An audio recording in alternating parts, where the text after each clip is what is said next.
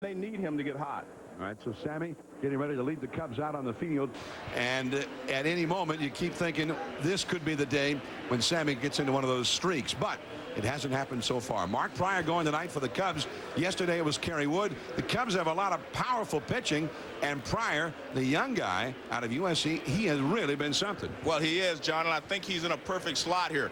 Zambrano started the first day. That was the toughest day to pitch. Yesterday, Kerry Wood went out there and shut them down. Well, now everyone's telling Mark Pryor that you're better than Kerry Wood. So he's going to go out there today and maybe overpower him. And guess what? The Yankees are in for a long afternoon. I think it's going to take them at least 1 or 2 at-bats before they understand exactly what this guy's throwing. So we've got it all tonight. We've got great talent, the great venue, great cities going head-to-head. And we've got 2 first-place teams, the Yankees and the Cubs, ready to play ball, the rubber match of the series. ESPN Sunday Night Baseball, presented by Nextel. Nextel, life's better when your cell phone has a walkie-talkie. And in part by Super 8, see you along the way. And Braun Synchro System. Braun, designed to make a difference. Coming up, Slammin' Sammy and the Chicago Cubs ready to take on the Yankees, the rubber match of the series. And quite a matchup. Andy Pettitte for New York and the young phenom Mark Pryor for the Cubs. It'll be Pryor up against Alfonso Soriano, the Yankee slugger, to lead it off when we come back to Wrigley Field.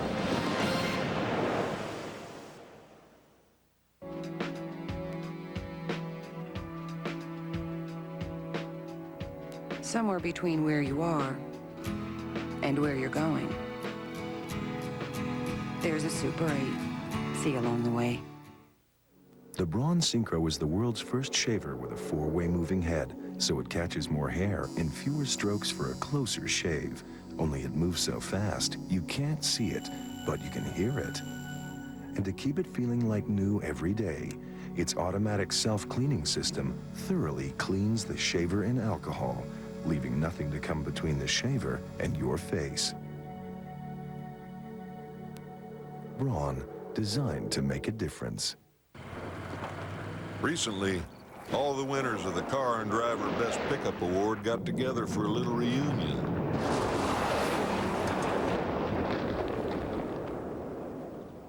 It's good to see everyone again. Silverado, the 3-time winner, the only winner of Car and Driver's Best Pickup Award. Silverado, a truck from Chevy. The most dependable, longest-lasting trucks on the road. They out there with the fun out there. We gonna hit out there with nothing to fear. Tear up the spot, get hot to make it rock. Always start here with the clear. Yo, number 1, you gotta get with your real ones. 2, what you do is pop a couple of clear ones. Number 3, call up a breezy. 4, on the floor, maintain the high score. 5, feeling alive, we jump into the ride, which brings us to 6 at the venue in the mix. They out there with the fun out there, making masks out there. Always start with the clear. Only the best of the best make it to the finals. These guys can jump, they hang, and they fly higher than anybody in the NBA. And now you can see so much more of them. We're going streaking! In Old School on DVD Tuesday, rated R. The herd is constantly migrating, driven by instinct to where the signal is weakest. The antelope live as they always have, man's unwitting accomplice in making coast-to-coast walkie-talkies possible, bred to instantly relay radio signals as they frolic, graze, and even mate across the vast reaches of America. No, that's not how we did it. Introducing Nextel's coast-to-coast walkie-talkie. Now that's a walkie-talkie. This week on ESPN Sunday Night Baseball, the Cubs' 22-year-old phenom Mark Pryor is on the mound, and tonight he'll tell the story of his surprise meeting with Hall of Famer Tom Seaver. That was a thrill for me. He said, "You're a great pitcher. I hope you do well, and I'm looking forward, to things to come." And Joe Morgan catches up with first-year Cubs manager Dusty Baker. What is this Sammy Sosa incident caused you to change about the way you manage? What it's done, actually, is hopefully made my team stronger as a unit. And we'll turn back the clock 65 years to the Yanks and Cubs' last meeting and Lou Gehrig's final World Series before being overcome by illness. It's all coming up on ESPN Sunday Night Baseball in its 14th season as Major League Baseball's only nationally televised game of the week.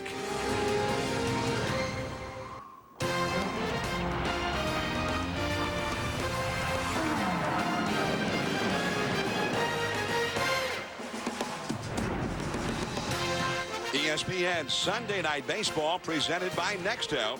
From Wrigley Field, it's the Yankees and the Cubs.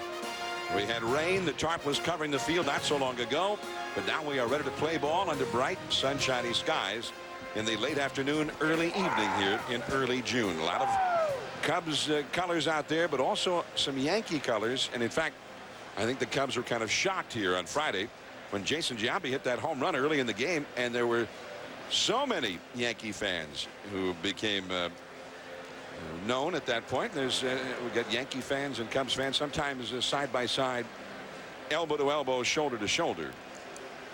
And it's often that way at Wrigley when the St. Louis Cardinals come up. They're a traditional rival. The Yankees and the Cubs, so far they play once every 60, 70 years. Now Sammy leads the Cubs on the field.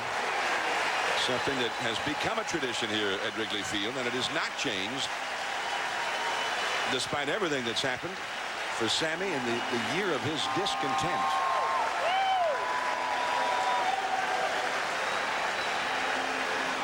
So the Cubs on the field, Sammy leading the way and then saluting the fans out there in the bleachers. Let's take a look now at the Yankees batting order presented by Nextel, and they get right into the power. The slugger Alfonso Soriano at second base leading it off. Then Derek Jeter at shortstop.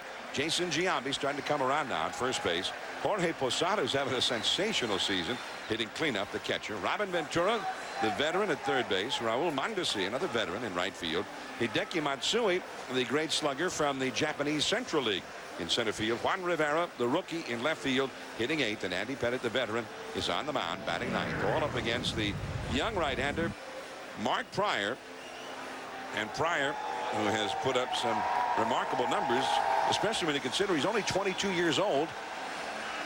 And look at that, 6-2 at 2.76 ERA. He has excellent control on only 22 walks versus 88 strikeouts, more than a strikeout per inning. And he showed us his repertoire and how he grips his pitches. I just throw a basic four-seam fastball. And then my curve, slider, slurve, breaking ball pitch is just on the horseshoe, a little bit over the horseshoe, and just bring it down. And then occasionally I throw my changeup, was just a little bit off the circle change. I just bring it up and just release it out. And John, what's interesting there is that he doesn't throw a two-seam fastball, meaning a sinking fastball. He just throws the riding fastball, and he called it, you know, a curve, slurve, whatever. I like that because if you throw it hard, it becomes more of a slider. You throw it slower, it becomes more of a curveball. And he does throw a changeup occasionally. I think the one thing that he has going for him is the fact that you can scout a guy, you can hear all the reports, but until you stand in the batter's box and see how fast his ball is coming, how much movement there is, you don't know what you're getting yourself into. And here's the defense behind him. Real important guy here for the Cubs. Miller, Damian Miller, real good acquisition. He handles the pitches very well. Eric Carroll's filling in for Choi. Gruzelanek at second base. Pretty good second baseman, journeyman. Gonzalez at shortstop. Martinez, one of my favorite players. He plays well all over. Alou, Patterson, and Sosa in the outfield. Patterson has a lot of range. Sosa has been pretty good also lately. So here we go. Yankee fans, Cubs fans, and Wrigley Field, which has been rocking here for 3 days. Alfonso Soriano stands in, standing right up in the front of the batter's box.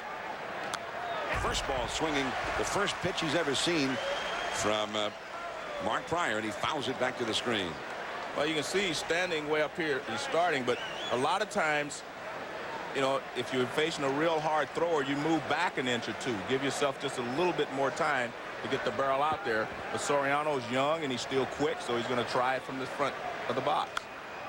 He's not been quick enough yet in that fastball. A little tardy on both of those. But that's the point I was making, John. You can see all the scouting reports, even see video on a guy throwing.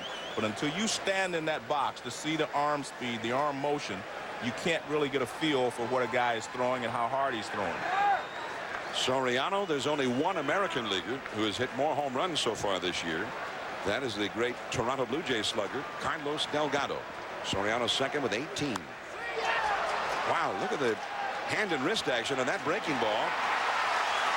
Cut off in the alleyway there by Patterson, but Soriano with a great speed makes it into second. Doesn't seem to realize that the ball was then rolling across the infield. Finally picked up by Eric Karras over along the first base line. Well, you might wonder to yourself, why would you throw a guy a breaking ball after you've thrown 2 fastballs he can't catch up with? At least waste a breaking ball. This is a hanging breaking ball. I mean, it's just a hanging breaking ball, and all Soriano has to do is get his hands through. And he does that. Great job of pulling his hands through. He didn't hit it hard, but he hit it in the right spot, and he ends up with a double. And it seemed like Soriano wasn't aware that the ball had just skipped right on by at second base. Here's Derek Jeter now, trying to move him over. And Jeter bunts it, but pops it up, and no. Great effort there by Damian Miller. That's interesting, Joe. Now, Derek Jeter, who handles the bat well. And does that tell you something about the Yankees' expectations against this young right-hander, that they're bunting the second batter of the game? Well, I think they want to find out how well he feels his position and just put some pressure on the defense early. Jeter hitting .286. He's not been hitting a whole lot lately. Back from his injury that put him on the shelf right away in the early part of the season. But struggling with the bat here in the last several days. Soriano at second. Nobody out. Soriano distracting Pryor, so he steps off the slab with the shortstop Gonzalez breaking in behind him. Now, the one thing that Jeter's bunt attempt has done is moved Eric Karras in at first base. Now, if he slashes the ball to the right side, it has a better chance of getting through. He's not bunting now. Got him chasing that breaking ball, and it is strike 2 to Jeter. And that's the point, the pitch I was talking about. If you're going to throw a breaking ball, once you're 0-2 to Soriano, you have to throw that kind of a breaking ball. One that's a bad pitch out of the strike zone that he probably can't even reach. You see, Jeter can't reach this one, but he hung the one to Soriano, and Soriano hit it for a double. Now, I like what he did in that pitch because Jeter's looking for a pitch away to hit to the right side, right? But it ended up being a little further away than Jeter would have liked. 0-2 the count. Look out. Buzzed him with the fastball. 1-2 now. You also have to keep an eye on Soriano. He has 17 stolen bases this year. He's only been caught twice. Well, they're doing a good job of trying to break his rhythm at second base. First, the shortstop sneaks in behind, and then the second baseman. He's way off now, so the shortstop's going to have to hold him close. Back in the hands with a fastball, and Jeter managed to fight it off. But if Pryor stops him, Jeter can't steal third. By that, I mean, Soriano cannot steal third. You have to have a moving lead at second base to be able to steal third base. So if he makes him stop, then he's not going to be able to steal third base. Soriano led off the game with his 11th double of the year. Now Jeter trying to move him up. The slider in the dirt struck him out. He's tagged out by Miller, and Soriano still at second, a wasted out for the Yankees. Let's take a look at that pitch now from K-Zone, presented by Carfax. Well, sometimes being a team player hurts you a lot because Jeter is trying to go the other way, and he, as you mentioned, the ball's out there, so he's going to try to slap it that way, and in both cases he swings over the top of the slider in the dirt. There's Jeter and Soriano fans down the right field line. The Jeter fans a little bit down right now, I would guess. Here is Jason Giambi. And there's that slider, and it is 0-1. I say slider. Well, he really got two different kinds of curveballs that he throws. Yeah, he called it a slurve, you know, meaning, you know, sometimes he throws it looks like a slider, other times it's slower. It looks like a curveball. And I like that description because it just depends on how he releases it out of his hand. There's that fastball up and in. 1 ball and 1 strike. He just calls it a breaking ball, which I think is the proper term. See, when I saw Jason last week in New York, he said that his eyes were all clear now. and he expected to go on a tear, and he's been doing that. And he has exceptional vision.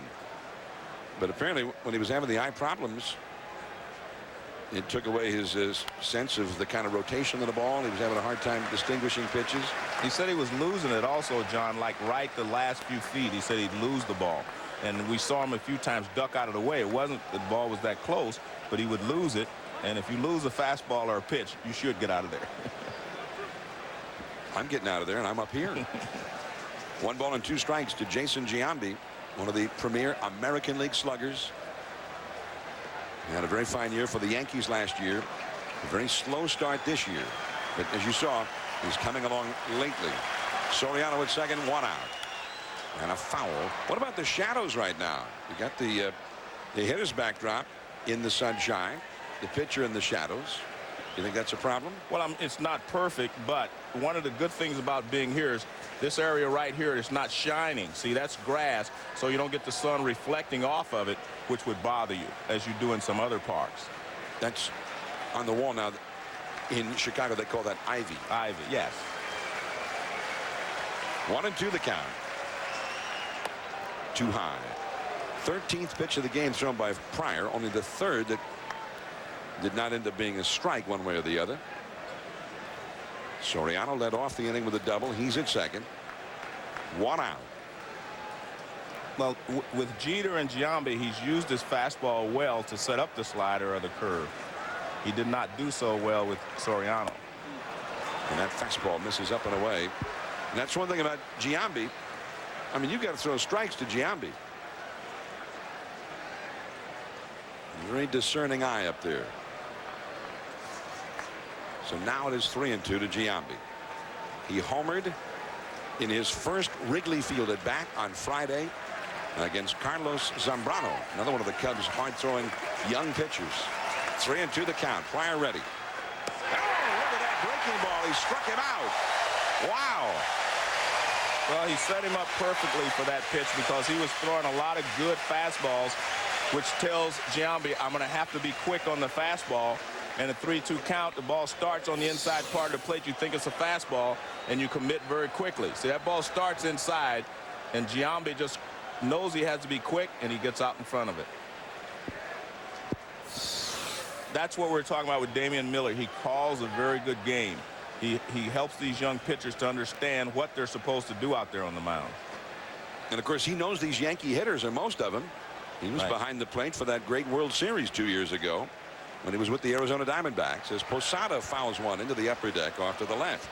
And you can see, even though they know that Pryor throws hard, no one has been able to get the barrel of the bat out there in front of the fastball. They're looking fastball, but they're not able to catch up because they just have not seen how much movement and how much explosion his fastball has. I think you'll see later in the game, you'll see guys start to put the fastball in play. Soriano still at second. Look out. That hit him. Posada hit by the pitch. The high, tight fastball. Well, these guys are not afraid to go inside. That's the 5th batter this year that Pryor has hit with a pitch. Kerry Wood, his teammate who worked yesterday, has hit 10. So 2 men on, and now the veteran Robin Ventura will come up. Well, it was supposed to be a fastball on the inside corner, and you can see it starts way in, and Posada can't get his arm out of the way.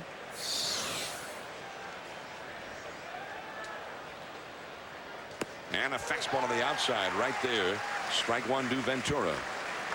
Ventura, the veteran, who started his career on the other side of town with the White Sox in the big leagues. 8 homers, 29 driven in, and a .282 average. And a good fastball hitter. This is a real test for his fastball. And the curve a little bit inside apparently. 1 ball, 1 strike. 31st batter hit as we take a look at K-zone. Yeah. Off the plate inside. Jim Reynolds, the home plate umpire. And Pryor will try it again. 2 on, 2 out. Curveball too low. 2-1 the count. Andy Pettitte up against Pryor. Wouldn't mind getting a couple of runs out there before he heads out. Cubs pitchers, by the way, as a group have hit 31 hitters And that is the second highest total in the majors. Oh, man. Now, what do you say when a fastball has that a little extra on it, Joe? Yeah, a lot of giddy up on that one, moving away and up. 2-2 the count now. Soriano with great speed at second base. Posada, the catcher, at first base. Oh, he struck it out. Just powered it by him. So Pryor strikes out the side, and Soriano is stranded. Now the Cubs are coming up. More ping, less bling. The top 8 teams in college baseball head to Omaha for a shot at the national championship. The 2003 College World Series begins Friday at 2 and continues at 7 on ESPN2. The U.S. Open. Win it and forever walk with the greats. Now, Tiger Woods attempts to capture his 3rd U.S. Open as our national championship returns to ESPN. The U.S. Open. Coverage begins Thursday at 11 Eastern on ESPN. This is a Continental customer. This is a Continental employee. At Continental, a smile is contagious. Finding a quality car and a dealer you can trust are hard to do. At Continental, we found both. In 1992, we bought our first car from Continental. 5 cars later, all from Continental, we continue to be impressed. With over 5,000 new smiling faces every year, Continental Motors Group, for miles and miles of smiles. Peterson's Pharmacy, we believe in old-fashioned service at a great low price. At Peterson's Pharmacy in Oak Park, we've been providing great quality and service since 1929. We accept virtually every insurance and HMO plan, and if you don't have insurance, our cash prescriptions will cost you less. We can fill them in about 10 minutes and offer local delivery, often at no charge. We also specialize in customized prescription compounding. So if you're sick of the chain store runaround, come to Peterson's Pharmacy, 1/2 block east of Oak Park Avenue at 715 Lake Street in Oak Park. Sunday night baseball. The Yankees did not score in the first, and now the Cubs are coming up. There's Corey Patterson in the foreground. Moises Alou on the right, sitting on the dugout bench. The Cubs batting order now presented by Nextel. Mark Grudzielanek at second. Alex Gonzalez at short. Corey Patterson having a very fine season in center. Sammy Sosa in right field, still trying to get it going, hitting cleanup. Moises Alou in left. Eric Karras, the veteran, and yesterday's hero at first base. Ramon Martinez at third base. Damian Miller, the former Diamondback, is the catcher, hitting 8th. And Mark Pryor, the pitcher, and a very good hitting pitcher, hitting 9th, all against the 29th, soon-to-be 30-year-old Andy Pettitte. As again, you get a look at the folks here at Wrigley. There's Pettitte. He's won 10 postseason games in his career, including some very big ones along the way. He struggled a little bit this year, although he's pitched well enough to have won in 4 of his last 5 times out. Yeah, he has pitched well. You know, movement here or there. There you see the 4-seam, the 2-seamer, the cutter, the curve, and the changeup. I had a conversation with him here in Posada, and his cutter is actually a slider, and he knows that, he says, but he was taught as a cutter, and that's what they call it. So here he goes to Mark Grudzielanek, and he misses a little bit down, perhaps, maybe a little bit off the outside. 1 ball and no strikes. Grudzielanek, formerly with the Dodgers, is hitting .296. He got off to a real hot start this year. And that misses. 2-0. Well, it's interesting what he's doing now, because in the past, Pettitte had always thrown the cutter inside and just always bore in on the right-handers. Lately, he's been turning the fastball over, throwing the fastball away. That's a strike. That's what he's doing there. But that's not the Andy Pettitte we've seen the last few years. Everything was cutting in or breaking inside to right-handed hitters. 2-1 the count. Again to the outside, but again missing. 3-1. Pettitte with a .639 winning percentage, and since World War II, the only left-handers who pitched as often or more than he has with a higher winning percentage, as Grudzielanek gets a base hit to center. We're talking about Whitey Ford, Randy Johnson, Sandy Koufax, Ron Guidry, and then Andy Pettitte, 5th on that list of left-handers since World War II. And let's take a look at the Yankees defense, which is improved. Posada is a much better catcher now than he was a couple years ago. Giambi, he's injured a little bit at first. Soriano's playing better this year. Jeter has one of the strongest arms you'll ever see on a shortstop. Ventura has won 6 Gold Gloves. Rivera's in there because of his glove. Matsui plays pretty well in center field. And Mondesi, of course, has a great arm in right field. So pretty good defense. Now Alex Gonzalez. Starts him with a curveball, too low. Of course, the Yankees are a better defense when they put Matsui in left and Bernie Williams in center. Gonzalez. There's Matsui out there on the edge of the sunshine in center field.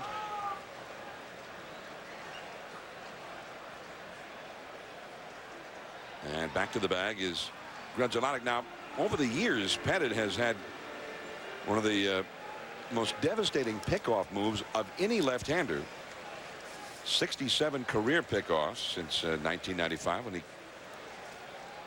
first came around, but he has not had a single pickoff in his last 20 starts dating back to last year.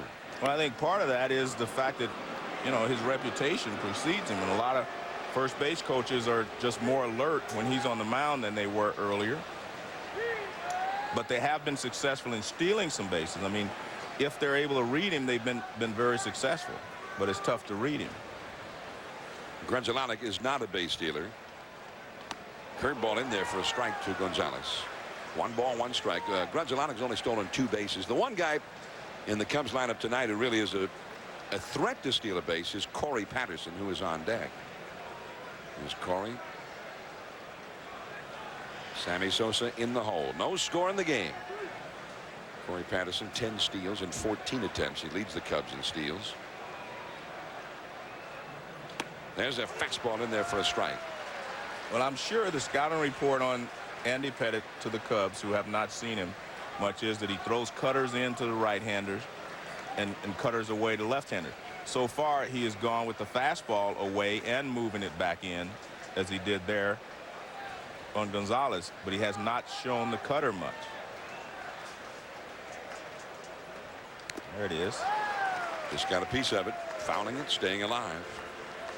By the way, we saw the numbers for Gonzalez when he came up there. 5 home runs for the year. And this is not really his time as a home run hitter. His time is the 10th inning or later. He has had 3 game-winning, extra-inning home runs this year. And again, back to the bag is Grudzelanic. He's only had 2 other home runs at all, but 3 in extra innings to win ball games. Sammy Sosa, he's hit a few over the years, but he's not hit many lately, not at any time. And that is too low. 2-2 the count. And we talk about Pettitte's pickoff move, but he has a high leg kick. So if you can read him, you can get a good jump and steal the base, but you have to be able to read him. Grudzelanic, 2 steals this year and only 10 steals the last 3 years combined. 2-2 to Gonzalez. Caught for a double play. A low liner on a broken bat. Giambi caught it, and there was no chance for Grudzelanic to get back. Anytime the ball is hit behind you like that, you're not going to be able to get back, because your first reaction is just to stop and look. And once you look, there's no way you can get back. You have to start back immediately, and that's not what you normally do. Your reaction is to stop. You got to look at the picturesque setting here at Wrigley Field tonight. Corey Patterson, and that's ball 1 inside. Corey is hitting .319. 12 homers, 45 driven in. He's the Cubs home run leader. He's hit twice as many homers as has Sammy Sosa. Big curveball. 1 ball, 1 strike. Corey, one of those guys, Joe, with all kinds of talent, but last year, the second half of the season, it was just one long slump for him, and he said it got to him. He lost 10 or 11 pounds in the second half of last season. 1-2 the count. He says now he's got a little more experience, and he's able to handle a bad game without thinking it's the end of the world. Well, that's what you gain as an experienced major leaguer. But I can understand losing weight. Nothing tastes good. Food doesn't taste good when you're in a slump. So probably Sammy Sosa hasn't been enjoying his meals too much lately. No. Right through the middle. Look out. Wow. Andy Pettitte on a liner that went to center and almost took his head with it. That looked like a slower slider. It wasn't, or a curveball. It wasn't a real hard cutting fast slider.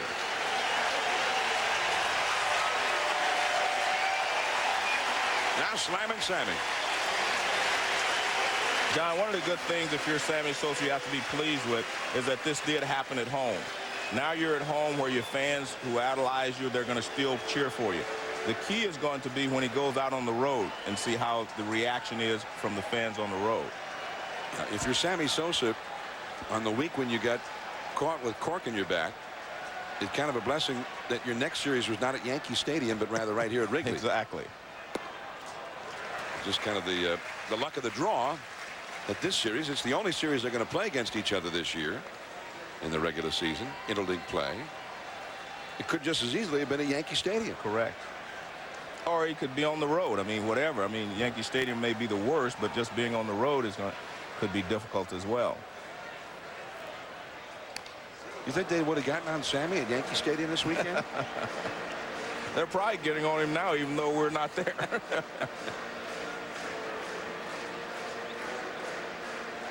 One ball, one strike to Sammy Sosa.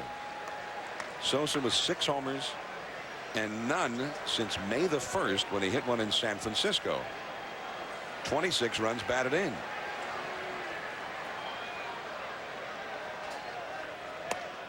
And that's a ball. 2-1 to Sosa. No score. Each team got a leadoff man aboard here in the first inning. Soriano led off the first with a double for the Yankees, but never got past second base. Patterson at first here with 2 down. The second Cub to reach in this inning. Fastball in the hands. A mighty cut by Sosa, but a foul back out into the crowd. Well, they still love him here in Chicago. There's no question about it. Well, you can see he's a little late. I mean, he's like he gets tied up a little bit right there on that pitch. Did not get the barrel of the bat to the front of the plate. Oh, Patterson was leaning the wrong way. And that's the vintage Pettitte pickoff move. And Patterson's lucky he got back. Well, the only reason he got back was he could die. He didn't have to take a step and dive. See, he's close enough. And he's actually moving back, and then he starts. So shouldn't have been that close. Because he had a very short lead. 2-2 to Sammy Sosa. That would be about the worst, to have your big slugger, the great Sammy Sosa at the plate, and you get picked off to end the inning. Correct. So now Corey Patterson knows what they're talking about anyway, about what Andy Pettitte can do out there. Here's Dusty Baker in his first year as the manager of the Cubs. 3-2 the count. Patterson runs, and ball 4 to Sammy Sosa. And now Moises Alou will come up. There's Joe Torre, suddenly a little more beleaguered. At least his boss has been making more comments in the papers than in the recent past since Torre became manager. The interesting thing about Joe is even at the beginning of the season when they were going very well, he questioned, you know, how good the team was because they were winning games just by hitting home runs. You know, and that's not really Joe Torre's style of game. He wants to play the game. Inevitably, the home runs won't come for periods of time. Right. Then what? Big curveball, a strike to Moises Alou. Moises hitting .286, 5 homers, 32 driven in. Corey Patterson at second base now. Sosa at first with 2 down. Patterson, the runner at second, is a very fast runner. So on a base hit to the outfield, he's likely to score. That one is hit a long way. Way back there. And over everything. Onto the streets of Chicago. 3-0 Cubs.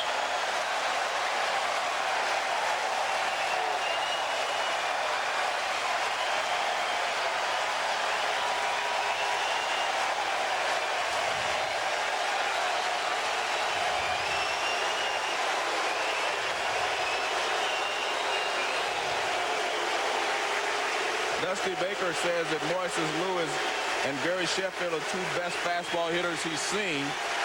And Moises Lewis definitely can handle a fastball. He gets a fastball. This one's up a little bit, and he drills it. High fastball. Well, it's not as high as I thought. I thought it was about bell tie, but it's not. And he drills it. But he is a good fastball hitter, and you just cannot get him out with fastballs.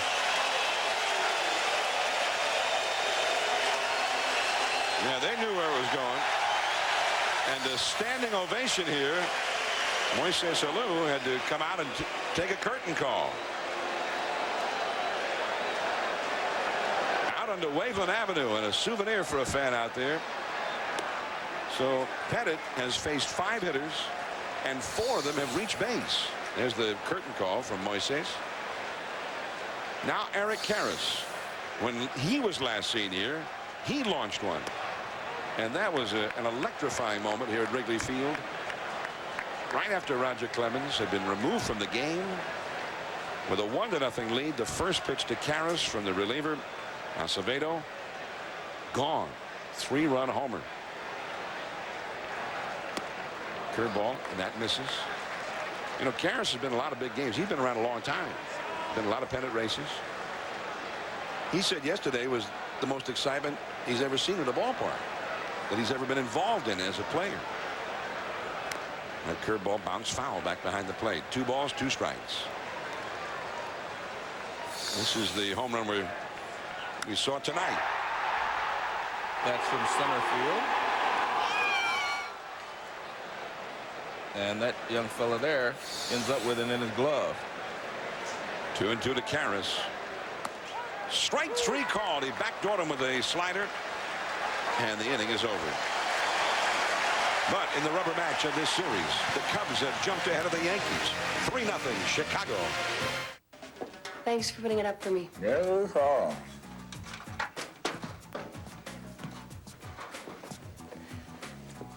Sure looks great.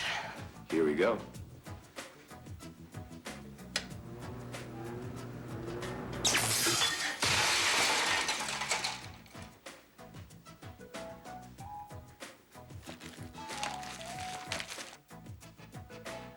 Yeah, I bet this happens all the time. Come on, Dad. You can do it. Faster, Dad. Keep going, Dad. Let's go, Dad. Ring the bell at the top. That's my dad. He's going all the way up. You're going all the way up to the top, right, Dad? At least you can count on Toro mowers. Guaranteed to start on the first or second pull. Or we'll fix it free. Now buy a Toro recycler and get an extra year of warranty coverage free. If men are so insensitive, why do they need 9 personal comfort settings? Spectra from Norelco. Ultra close, ultra comfortable. Guaranteed.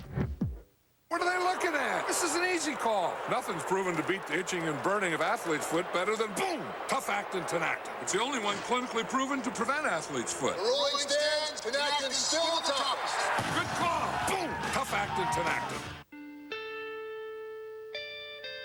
When it's finally time to move on, the new Saturn Ion Quad Coupe has a 140 horsepower engine, rear access doors, and a fold flat seat, so you can fit your bed, your bookshelves, your coffee table, your TV stand, and your chairs, which leaves just enough room for your desk.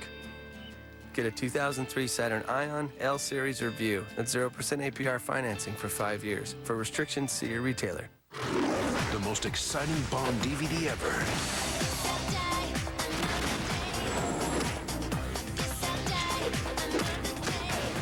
Die Another Day, the 2-disc special edition DVD. Own it today.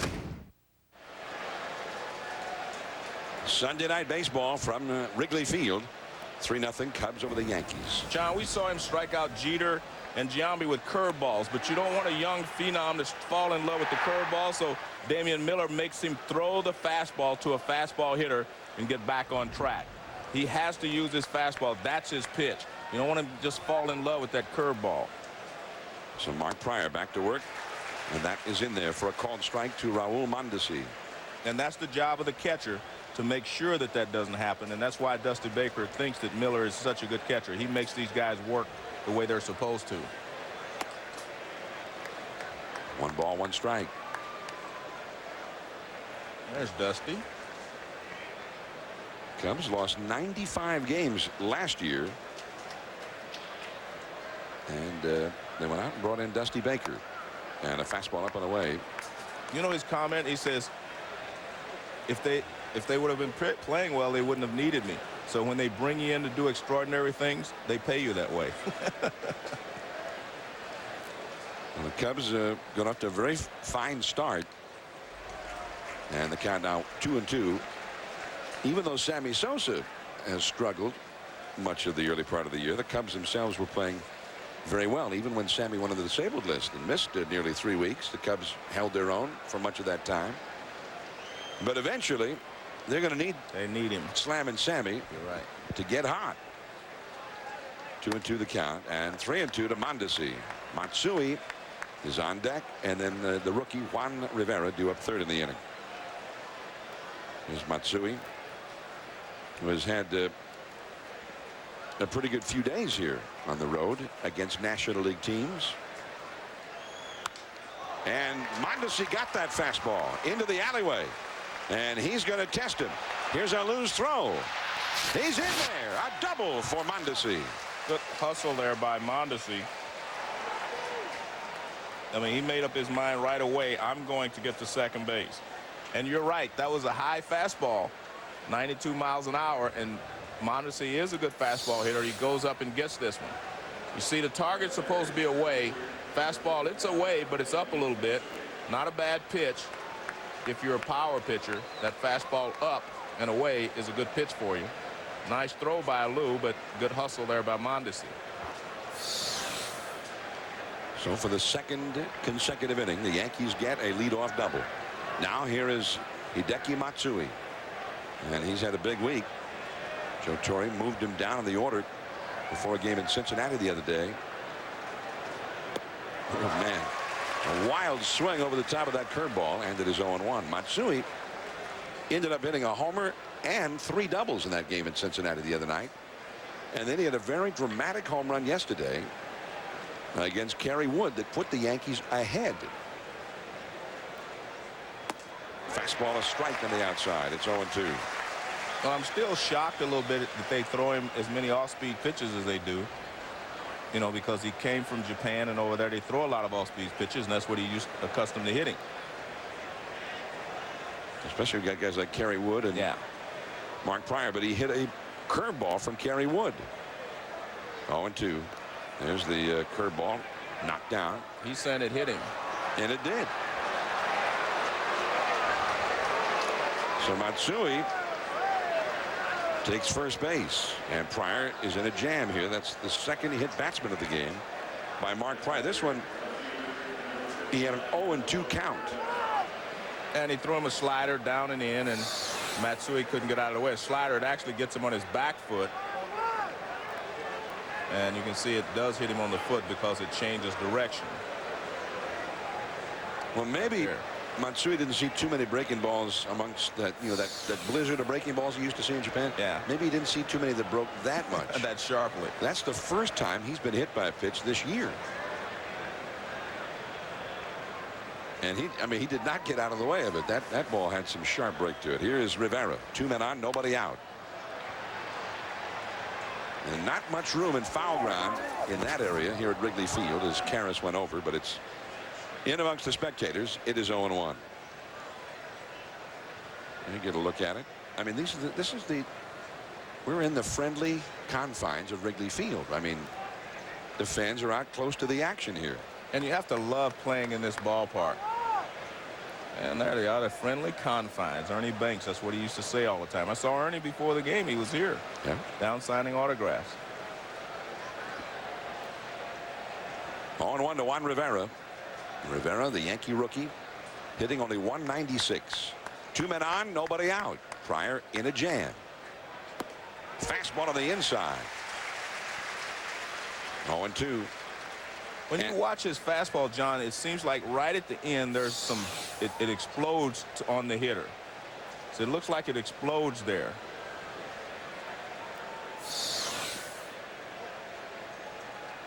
Oh, 2 the count to Rivera. You got the pitcher up next, Andy Pettitte. Mondesi at second, Matsui at first. To the outside, but he missed. 1 ball and 2 strikes. Take a look at this last pitch. K-zone is supposed to be in. But because everyone is sitting in, the ball's on the outside corner. He may have confused, you know, the umpire because everyone was sitting in. The catcher was in. The target was in. Yet the ball was away. 1-2 the count. 2 men on, nobody out. The curveball hit slowly. Gonzalez to second 1. The relay by Grudzielanek. Pulled out of the dirt by Karras. Double play. Mondesi to third.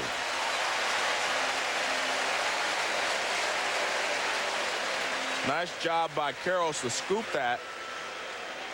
Grudzielanek stood at the bag under duress from Matsui, but he makes the play. Gonzalez, see, he stands right there, and then he flicks it. And a nice pickup at first by Eric Karras. So now Mondesi at third base, but the Yankees having a hard time getting that clutch hit. Here's Pettitte trying to do it himself here, and the count is 0-1. John, we talked earlier, we mentioned the Yankees were hitting a lot of home runs early, but as you mentioned, it's not that home runs are not going to be consistent throughout the without the season. You're going to have spells where you're not hitting home runs, and you have to do something else.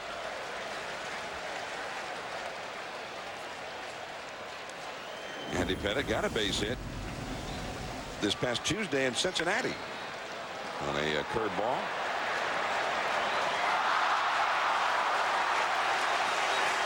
Andy Pettitte 1 for 3 in that game and 2 for 6 lifetime as a big league hitter.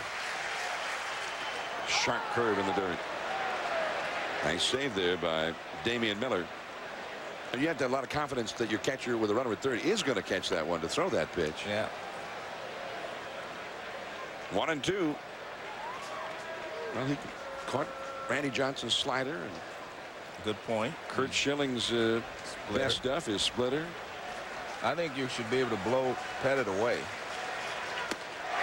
like that. Well, you were right again. He blew him away. Last of the second. 3-0 Chicago. The Home Depot is more than a store. It's a toy box for dads. And during Dad Days now through June 15th, it's the best place to find the perfect gift for Dad at a guaranteed everyday low price. Like your choice of a Black & Decker 17-piece drill set or RTX rotary tool, a jigsaw kit, or an electric hedge trimmer, each just $29.97. Dad'll love the gift and you'll get something great in return. The Home Depot. You can do it. We can help.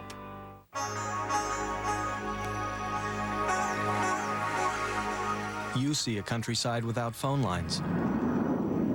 At Franklin Templeton, we saw an opportunity to invest in what became one of the world's leading wireless communications companies. A smart call for our shareholders.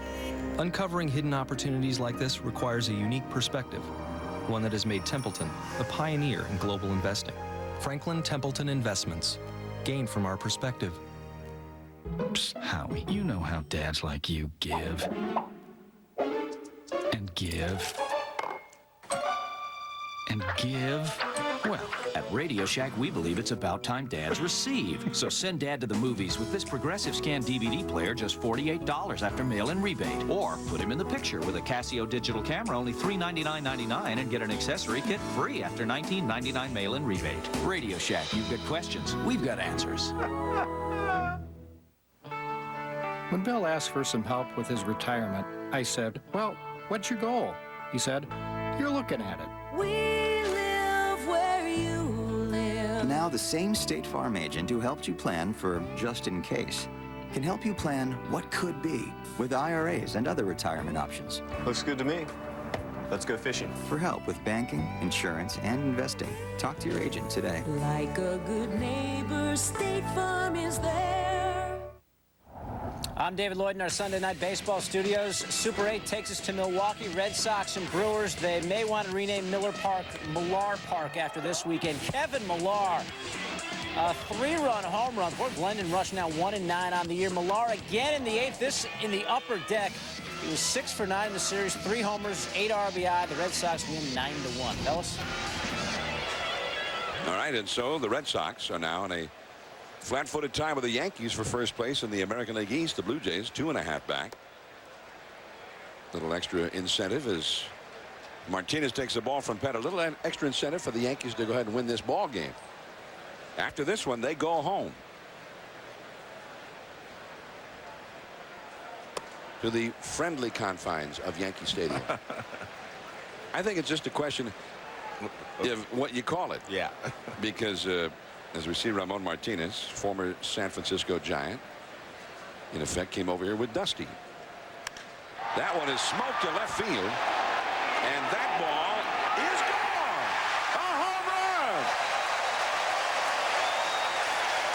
run. 4-0 Cubs.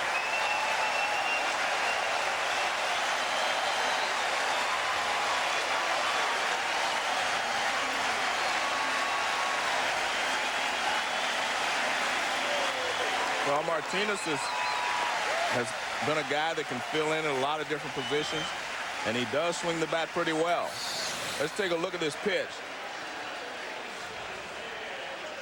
Fastball away, about belt high. But he reaches out and rakes it into left field. And Damian Miller, first ball swinging, base hit to left field against Pettitte.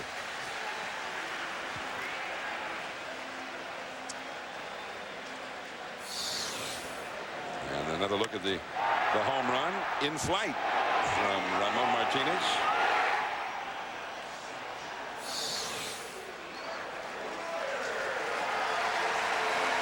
I mean, the way that ball was hit, it didn't. You wondered if it would have enough on it to make it over the wall. There's Ernie Banks, Ryan Sandberg.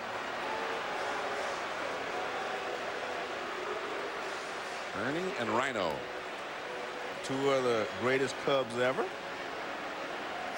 You know, they could have been a double play combination if they'd come along at the same time. Yeah. A lot of people forget Ernie Banks started as a shortstop in the major leagues. He ended his career at first base, but he was a shortstop. And this is Ernie Banks, one of the flags they have retired here, so to speak. That says Ernie Banks, number 14 there, Banks 14. They have one for Billy Williams. And I expect one of these days they should have one for Sandberg if they don't already. Here's the Nextel poll question. Log on to ESPN.com or your Nextel phone to vote. Which player aged 25 or younger is most likely to make the Hall of Fame? As Pryor bunts at it but fouls it for strike 1. Which player aged 25 or younger is most likely to make the Hall of Fame? Mark Mulder of Oakland? Well, you know what? I'm not, I'm usually a little wishy-washy. I'm not even going to think about it. Albert Pujols is my choice. Oh, because he's hitting 390? I mean, that's a pretty good reason. Because he got 51 RBIs? Yeah, that's a pretty good reason. Just because of that? No, because of what he's done for his first couple of years. Man. And Pryor gets the butt down. Posada over to Soriano covering. Miller has been moved along.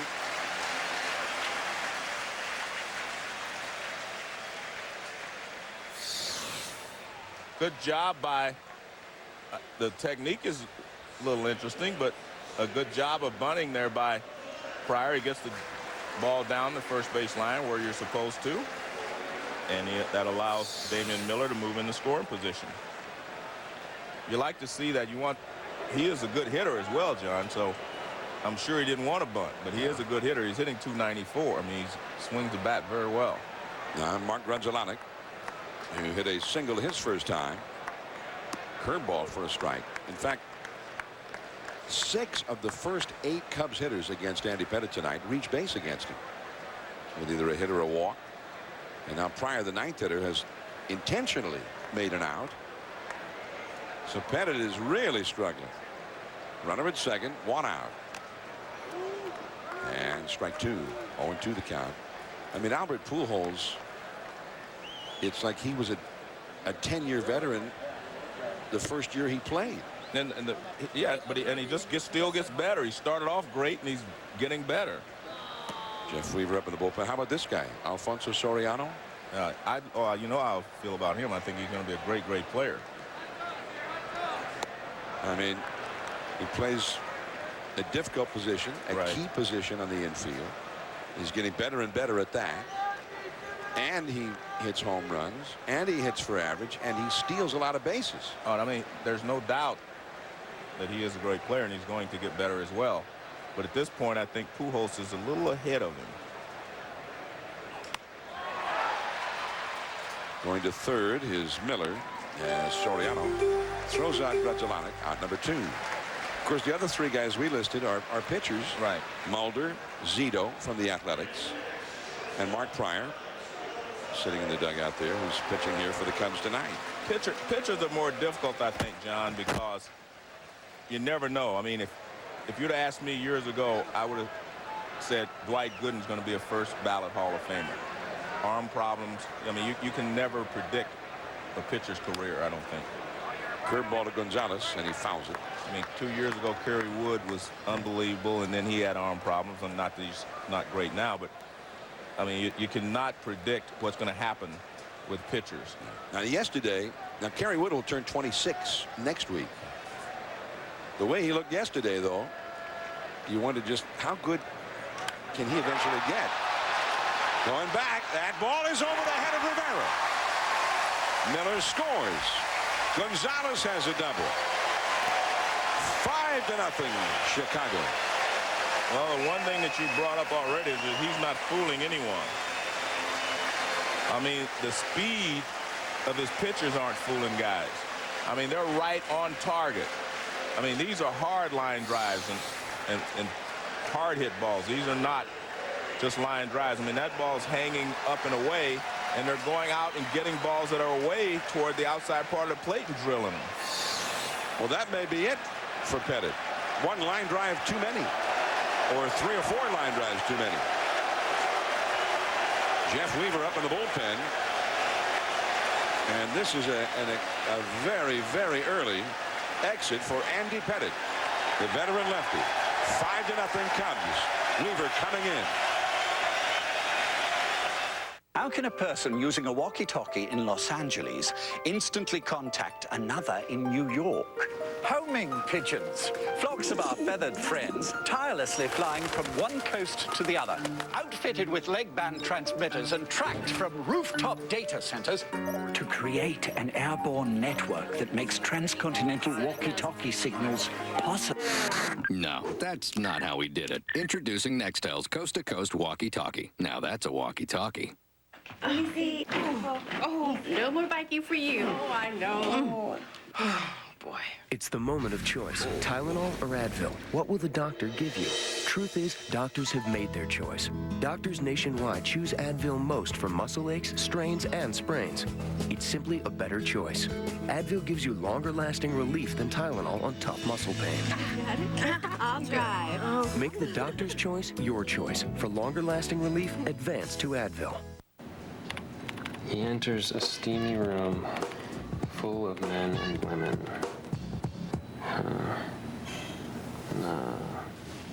Let's see. He enters a steamy room full of women. He enters a steam room full of women. That's good. Cold filter what you don't need. Keep what's good. MGD.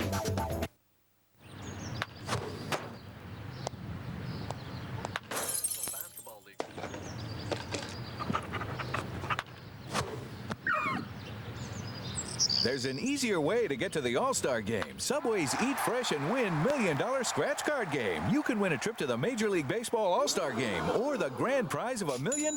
Stop by Subway today for our selection of fresh baked bread, fresh ingredients, delicious deli-style meats, and a free game card. Subway, eat fresh. ESPN Sunday Night Baseball, presented by Nextel. Nextel, life's better when your cell phone has a walkie-talkie. And in part by Advil.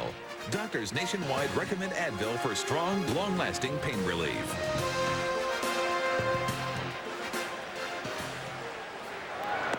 And there's Corey Patterson taking a curveball from Jeff Weaver for a called strike. Patterson actually started the first inning rally with a 2-out, nobody on single. A liner to center field, and the Cubs have been hitting line drives all over the yard ever since. So now Weaver picks up for Pettitte. Fastball in too tight. 1 ball, 1 strike. John, you mentioned the fact that they took Pettitte out early, and it's the earliest I think I've seen him taken out of a ball game. But I think Joe Torre saw what we saw here, and that's a lot of hard-hit line drives. He wasn't fooling anyone. And I think that's the reason, you know, and this team has struggled a little bit. They can't afford to just fall any further behind. Ripped down the right field line. Fair ball. It rolls to the ivy.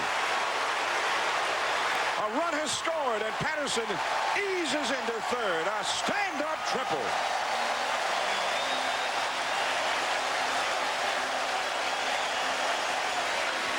Nothing Cubs.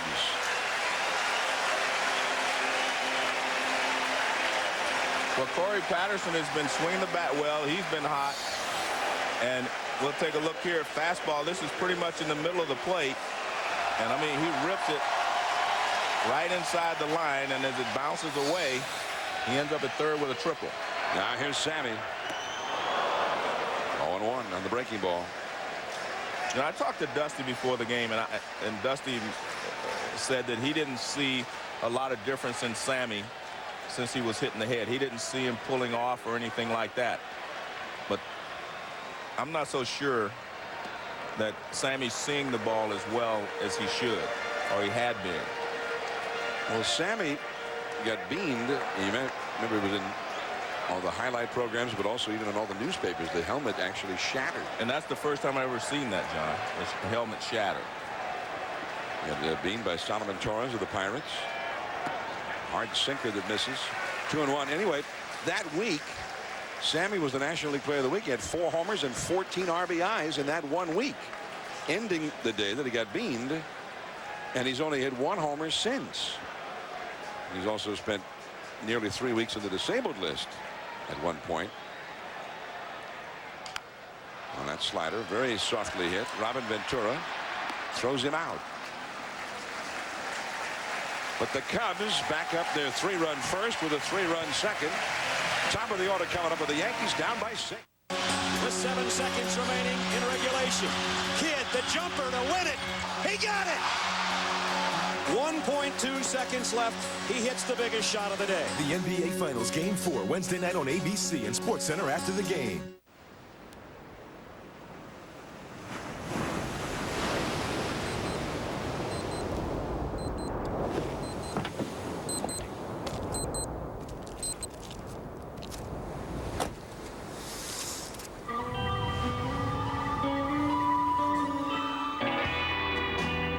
Uses and counting.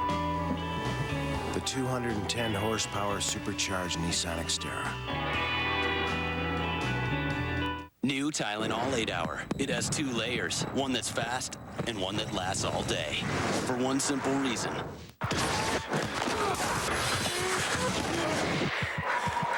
Because not playing is not an option. Introducing the Panasonic Pro Curve Pivot Action Shaver. The world's sharpest shaver blades, and a head that pivots to fit your face. Panasonic, ideas for life.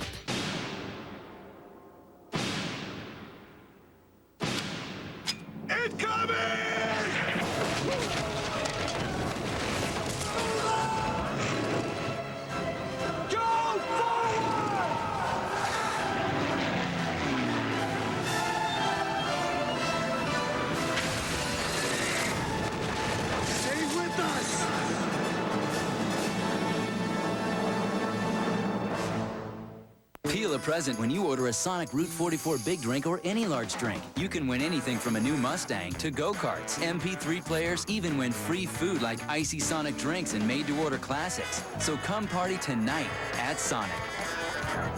From the creators of the Matrix trilogy, The Animatrix, a collection of 9 animated stories that takes the world of the Matrix to its unimaginable limits. Hang on! The Animatrix.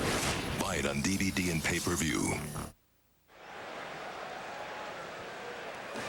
The ESPN Sunday Night Baseball presented by Nextel. Tonight we're at Wrigley Field, Chicago. I'm John Miller with Joe Morgan, your Sunday night telecasters. And so far, the Cubs have been feasting on Yankee pitching. 6 runs in the first 2 innings with big Mark Pryor on the mound. And remember, John, the Yankees have been struggling. So all of a sudden they lose 2 out of 3 in Cincinnati. They come to Chicago, and if they lose tonight, they would have lost 2 out of 3 here. So Joe Torre is trying to stop the bleeding. The curveball 0-2 to Soriano. A much better curveball than he threw to Soriano in the first inning that Soriano hit for a double. Yeah, the Yankees, they started the year 23-6. Oh, look at that. Now that was a sharp break. And again, that's what he was trying to do when he had him 0-2 in the first inning. But he hung it inside, and Soriano, a good hitter, made him pay. But look, this ball starts right around the knees and breaks down. And that's what you want to do when you're ahead of the hitter 0-2 or 1-2. So a perfect pitch on a 2-strike count. Exactly. 1 down, Derek Jeter. He struck out his first time. And Pryor made some pretty good pitches to Jeter, considering what Jeter was trying to do at that time. Hit the ball to the right side after Soriano's leadoff double. And that's just power baseball right there. He blew it by him 0-1. Jeter is now officially the Yankee captain, the 11th captain in Yankees history. And strike 2 on the outside. One of the things I found out I wasn't aware of, but Willie Randolph had been the captain for the Yankees 86 through 89.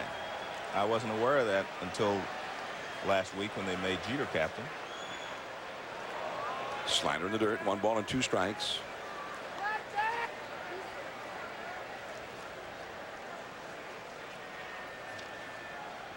The very first Yankee captain was named Hal Chase. He was sort of the Keith Hernandez in terms of being a slick fielding first baseman of his time. That was back in 1912. Babe Ruth was the captain for 1 season. Then he lost that job. Slider in the dirt, 2-2 the count. Lou Gehrig was captain of the Yankees for several years. Thurman Munson, Greg Nettles. Well, there's the whole list. Everett Scott, he was the Iron Man before Gehrig and before Ripken. He had the all-time record that Gehrig eventually broke. And Don Mattingly, the most recent Yankee captain before Jeter. A little bit low with the fastball. 3-2. It was 0-2. Take a look from K-zone. Tried to paint the outside corner knee high, and he misses. Full count now. He's got a 6-run lead. Struck him out. He stumbled a little bit as he threw that one and did not throw it where Miller had asked for it, but it was very effective.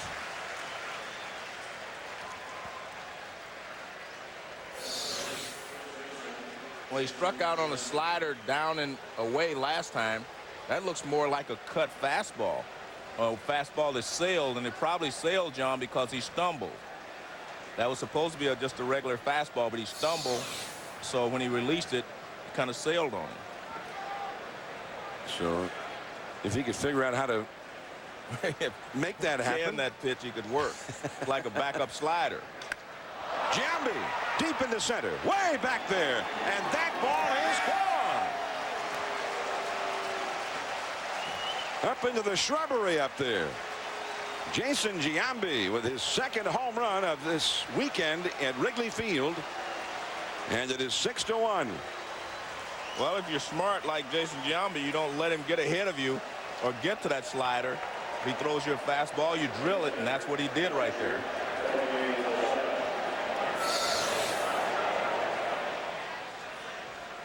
It looks like a fastball is pretty much down where he likes it, out over the plate. And I mean, you have to hit a ball very hard to get it straight away center field here without any wind help.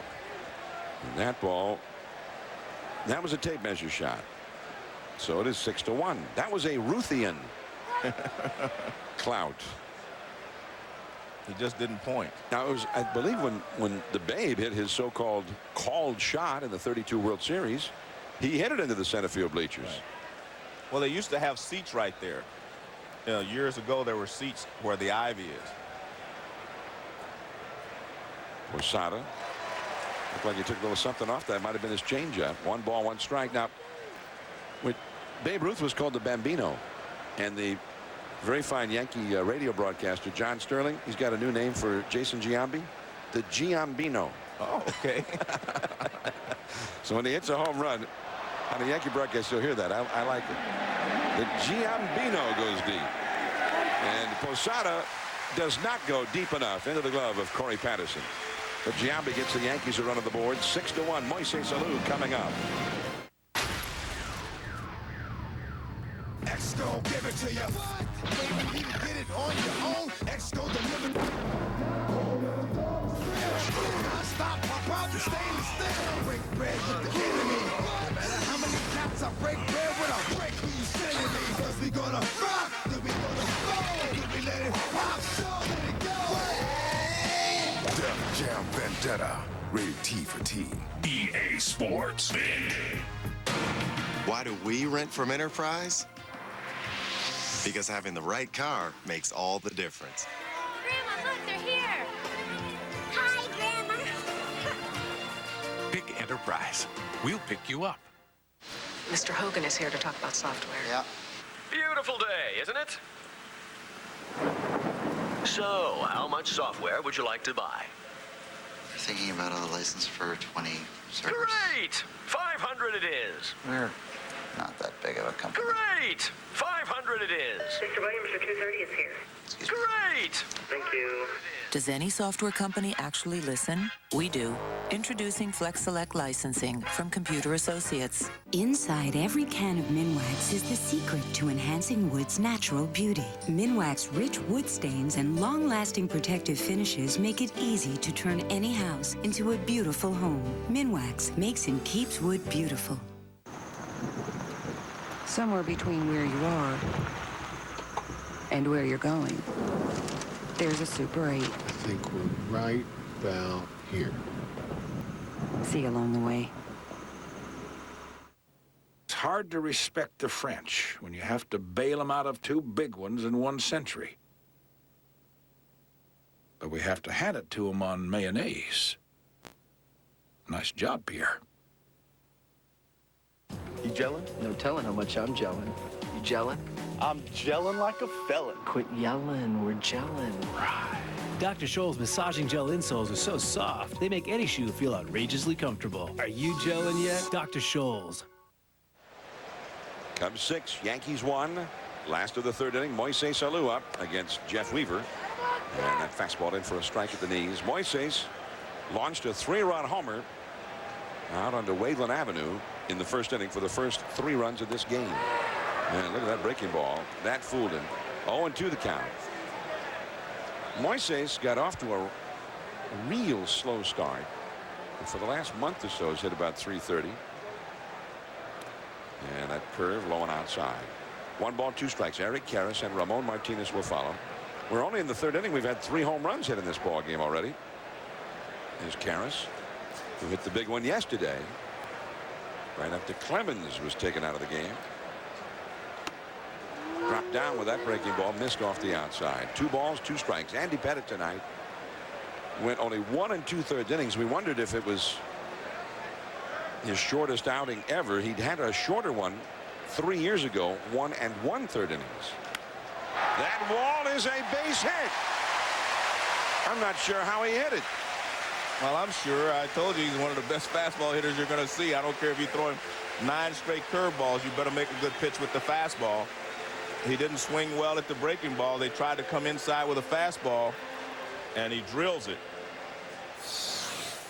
Well, see, they try to come inside with a fastball. It's way off the plate inside, but he pulls it down the line.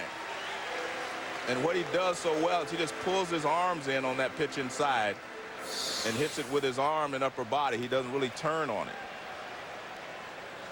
I mean, a lot of guys don't keep a ball like that fair. Exactly. Well, he just turned. He used his arms, not his hands. Eric Karras swings and misses at the curveball. 0-1. Karras called out on strikes his first at bat.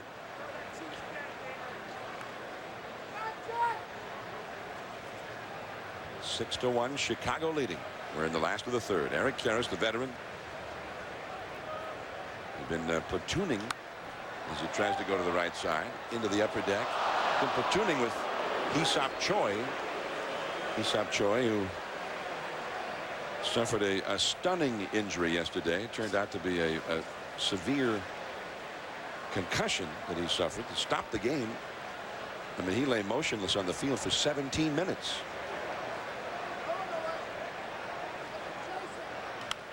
Karras does not get the ball to the right side. Alou has to hold as Ventura throws out Eric Karras. More baseball tomorrow night on ESPN. The Phillies, who swept a doubleheader from Oakland today against the world champion Angels. Jim Thome and the Phillies up against Garrett Anderson and the Angels. 10 Eastern, 7 Pacific on ESPN. Vicente Padilla up against Jared Washburn in that one. There'll be plenty of sluggers in that ball game. Phillies and Angels tomorrow night on ESPN. So 1 out, Alou still at second. Here is Ramon Martinez, who homered his first time. And that breaking ball snaps in there for a strike. Anyway, with Hee-Seop Choi, he was placed on the disabled list today. And Kelton has been brought up from Iowa to replace him on the roster. But we wanted to send along best wishes to Hee-Seop Choi. And Peter Pasquarelli did some checking so that we could wish him well and get well soon in Korean, which according to Peter is Palewe Bok Haseo. Hee-Seop. Hee-Seop is his name. Palewe Bok Haseo Hee-Seop. And we mean that from the bottom of our hearts. Well, just in case he didn't understand you, get well soon. Yeah. Get well soon, get well big soon, guy. Big guy, yeah. There you go. Get well, Big Choi. From the Cubs dugout. That's what Dusty calls him. Dusty calls him Big Choi. Kerry Wood, who was actually involved in the collision with him and who was just so concerned. And the word from the hospital was that when somebody was finally allowed to talk to Choi, his first question was, how's Woody? Meaning Kerry Wood. And that's going to go back out of play. 1 ball, 1 strike to Damian Miller. Very unusual injury that occurred yesterday. Giambi pops it up. And you can see Kerry Wood was trying to catch it. And Choi ends up making the catch. But his head hits the dirt. It didn't hit any grass. And that's where the injury occurred. A ball and 2 strikes now to Damian Miller. 2 down. Alou at second. We're in the 3rd inning.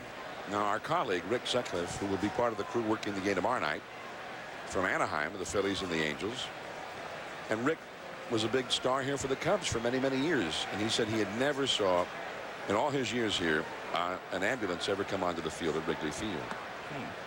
So it was I mean, it cast a pall over everyone here, and everyone is so thankful and grateful that Choi seems to be okay. 2-2 the count to Damian Miller. Jeff Weaver, the second Yankee pitcher of the game. We're only in the 3rd inning.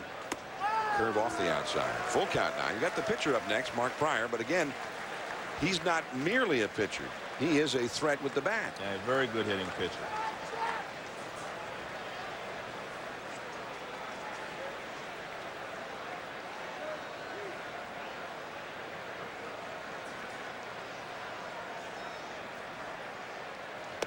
And he struck him out. Another breaking ball, and the inning is over. When we come back, Mark Pryor will talk to us about his surprise meeting with Tom Seaver earlier this year. Stay tuned. Timid? Hardly. Controversial always. He should be thrown out of the game even before a warning. Bobby V's got something to say. In my opinion. Bobby Valentine. Part of the new Baseball Tonight. Weeknights at 10 and midnight on ESPN. ESPN Stadium Anthems in stores now. The Braun Synchro is the world's first shaver with a four-way moving head, so it catches more hair in fewer strokes for a closer shave. Only it moves so fast, you can't see it, but you can hear it. And to keep it feeling like new every day, its automatic self-cleaning system thoroughly cleans the shaver and alcohol, leaving nothing to come between the shaver and your face. Braun, designed to make a difference. More ping, less bling. The top 8 teams in college baseball head to Omaha for a shot at the national championship. The 2003 College World Series begins Friday at 2 and continues at 7 on ESPN2. Come see why Castle Buick Pontiac GMC has been Chicagoland's first choice for over 22 years. Rain, snow, or shine, shop indoors in our 35,000 square foot showroom. Choose from over 500 new and used vehicles in stock. And always get the best service and the best prices right up front. Come see how car shopping should be. And don't forget, before you buy, come see the Castle Guy. Before you buy, see the Castle Guy. Castle Buick Pontiac GMC. Buttrey Rental Service, the complete rental source for contractors and homeowners. Stop in and see our large selection of late model rental equipment, including contractors gear, lawn and garden tools, power tools, and homeowners gear, including carpet cleaning equipment, power washers, wallpaper steamers, and more. We also rent trucks and trailers for moving and hauling. We're dedicated to renting you the right piece of equipment to complete your job. We also sell and install trailer hitches and refill propane tanks. Buttrey Rental Service, open 7 days a week and located at 216 West Ogden Avenue in Westmont. 6-1, the Cubs leading. Mark Pryor on the mound for Chicago. Earlier this year, Tom Seaver asked to have his photo taken with Mark Pryor. So we asked Mark about meeting Tom Seaver. He just basically had somebody come get me, and we sat behind the batting cage and talked for a few minutes, and that was a thrill for me. You know, granted, he went to SC, and so there's that kind of connection we have, but just the fact that, you know, he said, you know, you're a great pitcher. I hope you do well, and I'm looking forward, you know, to things to come. Was just a big honor for me, and, you know, that was, like I said, it was just a big thrill at the beginning of the year. Well, I guess that would be a big thrill. Yeah. I mean, not for you personally. Oh, it was an honor for me when I met Tom Seaver. A fellow Hall of Famer. Yeah, but when I first met him, it was an honor. When I met him, other than him standing on the mound throwing at me. Yeah, you know, blowing you away. Yeah, blowing me away. Yeah, that's what I mean. He didn't always blow you away, did he? You know, he? actually, one of the greatest feats I saw, we were playing against Seaver, and he was pitching. Perez, bench, a lot of guys got a lot of hits. I probably walked, but we got a few hits, and we scored about 4 or 5 runs off of him. And it looked like it was going to be one of those days where you can get to him, you know. And they came back and scored 4 runs. And all of a sudden, the game was over. I mean, he struck out like 13 guys over the next 5 innings. It was unbelievable. Wow. Yeah. 3-2 now to Robin Ventura, who struck out his first time. One of 6 strikeouts so far for Mark Pryor in the first 3 innings. Mondesi and Matsui will follow. 6-1, the Cubs lead the Yankees. And he stays alive there. Well, we looked at, we've been watching Mark Pryor, and this is very early in his career, but at about the same point, the same number of starts in Tom Seaver's career. He had 14 wins, the ERA a little bit better, but Pryor got a lot more strikeouts than Seaver had at this point. And that's up and away. So a leadoff walk to Ventura, the first walk allowed so far by Pryor. Both power pitchers, Seaver and Pryor, that's for sure. Well, I think Tom Seaver used more leg drive. You see his right knee touches the ground when he releases it. That's how low he gets and stays through his delivery. Pryor's a little different.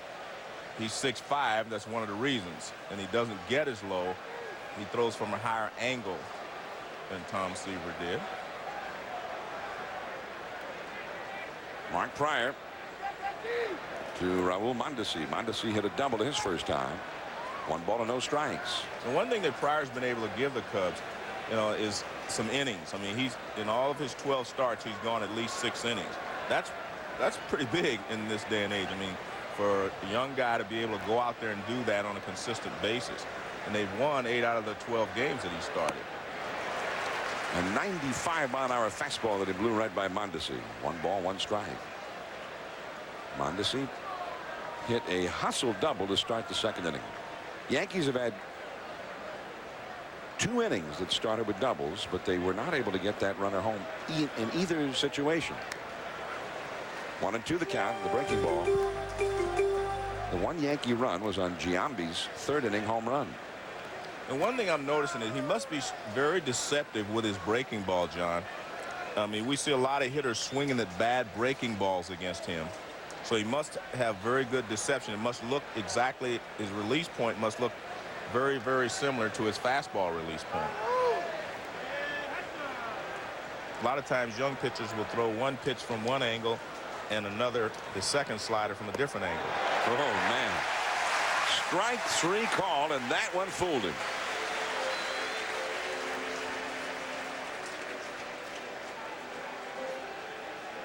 Another look from K-Zone presented by Carfax at that pitch.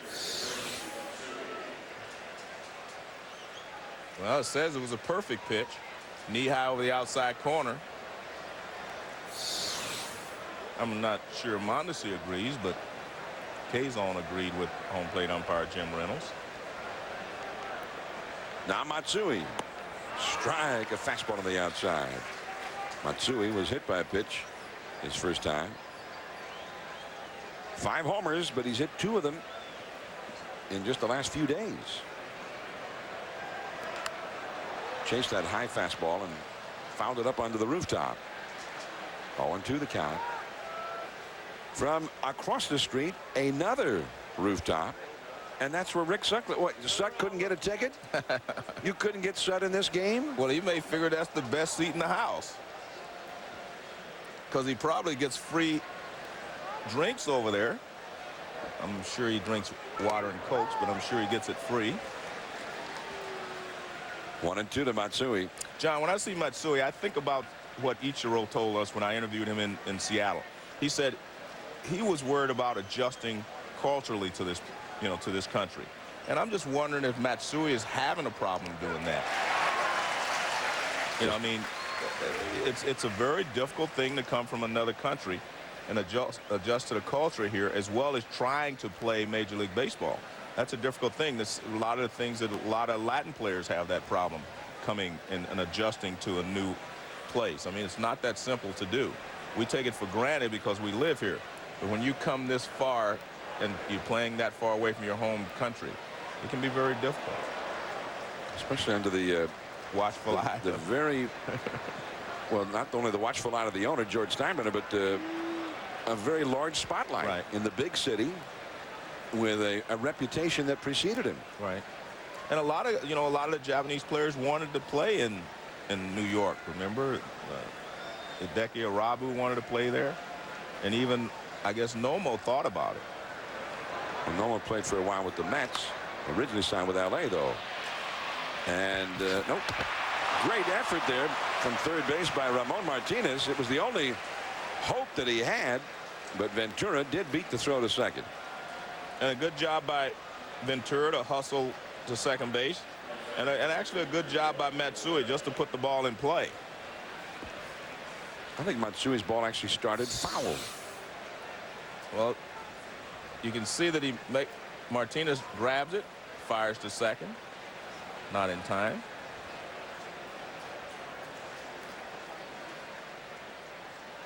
Grudzielanek actually might have had him if he'd been able to find that bag again. Yeah. Came off the bag to get that throw, and then when he reached back, I think he missed the bag. But I think he made the wise choice. You make sure you catch the ball. Don't let the ball go into the outfield trying to hold the bag at second and, help the Yankees, in a rally. Yankees have not had a hit with a man in scoring position. There's that hard, tight breaking ball. 0-1 to Rivera, who hit a double play ball his first time on a breaking ball. Yankees are 0 for 5 as a team tonight in these at-bats where a base hit can mean a run. Roger Clemens, who's got that upper respiratory ailment that caused an early hook for him yesterday, but he's joined his teammates in the dugout now. A foul back to the screen on a fastball. It's 0-2. And I think that's another thing that Joe Torre and the Yankees are going to have to deal with. You know, they're struggling right now, not playing their best baseball. But they're also going to have to deal with how do we get Roger Clemens his 300th win. I mean, every time they go out there now, pressure is going to be on all the players as well as Roger, because, you know, this will be the 4th time he's trying to get it. And that's where the pressure starts to build. Clemens and Kerry Wood. Everybody who was here yesterday will long remember that matchup. That one is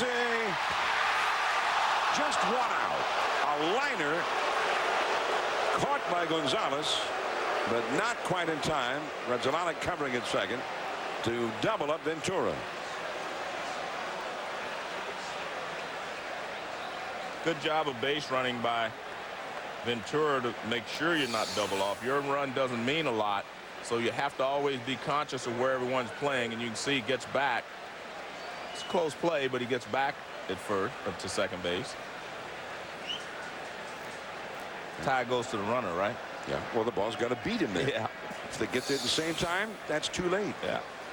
Well, now you got the pitcher spot due, and the Yankees are going to send up the veteran Ruben Sierra, just acquired this week.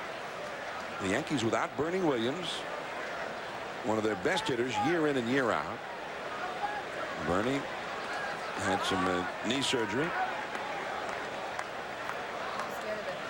And there's Sterling Hitchcock up in the bullpen. Jeff Weaver is finished for the night. As the Yankees try to work their way back into this game. They've got ample time to do it, but they need to start taking advantage of situations like this. A couple of base runners on there. So Sierra gets the call here. And Sierra had a pinch hit single in yesterday's ball game. That was his first at bat as a Yankee. So he is 1 for 1. 269 overall this year. 2 men on, 2 men out. Sharp breaking ball a little bit low. Ruben Sierra, very good fastball hitter. So they try to throw him a lot of breaking balls if they can get him over.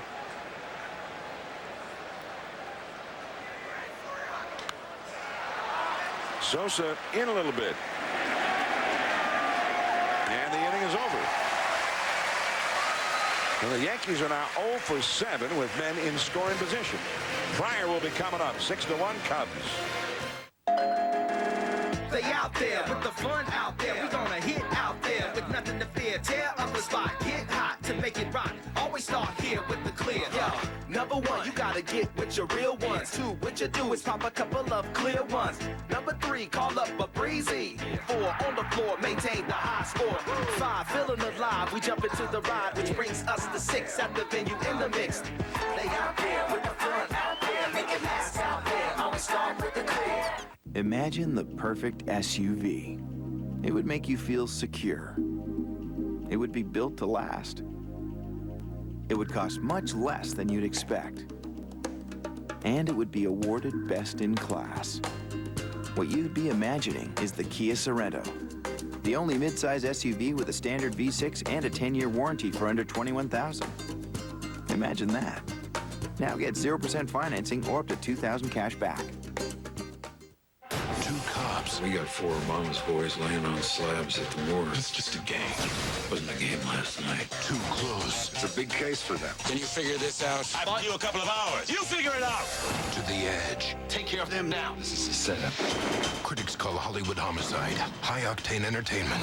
That's cause for suspension. Harrison Ford and Josh Hartnett are this summer's lethal weapons. Scout's gonna hit a cop. It's a good suggestion. Hollywood homicide. Rated PG-13. Opens everywhere Friday. All right, kids, today we're going to rob a home run, and this is how it's done. Major League Baseball Charities is a proud partner of Boys and Girls Clubs of America. Come on, you got to rob back. You guys want to know about the Rally Cab? Make a big W. This is an important part of baseball. Through programs like RBI and Rookie League, they bring baseball and softball to kids around the world. You're supposed to jump. Together, they create a positive place for kids. Come on, come on, come on, come on. Oh! We're in Chicago. The Chicago Cubs 6, the New York Yankees 1 in the rubber match of this 3-game series. The mighty Yankees have come to Chicago for the first time in 65 years. But the Cubs have got the best of them so far here tonight as Sterling Hitchcock, the left-hander, comes on. And he is the third Yankee pitcher already to have been used in this game. Hitchcock to face the pitcher for the Cubs, Mark Pryor, and then the top of the order will follow. We're joined in the booth by longtime Cubs fan. I guess he was born into being a Cubs fan. He could have been a Sox fan. No. We'll find out as Jim Belushi has stopped by. Jim, welcome to the broadcast. Thank you, John. It's good to be here. It's good to be in Wrigley Field again. Look at this. Now, that's a strike on the outside. That's a strike. Now, how did it come that you ended up it's a two-city town? How did you end up being a Cubs fan and not a Sox fan? Very simple, John.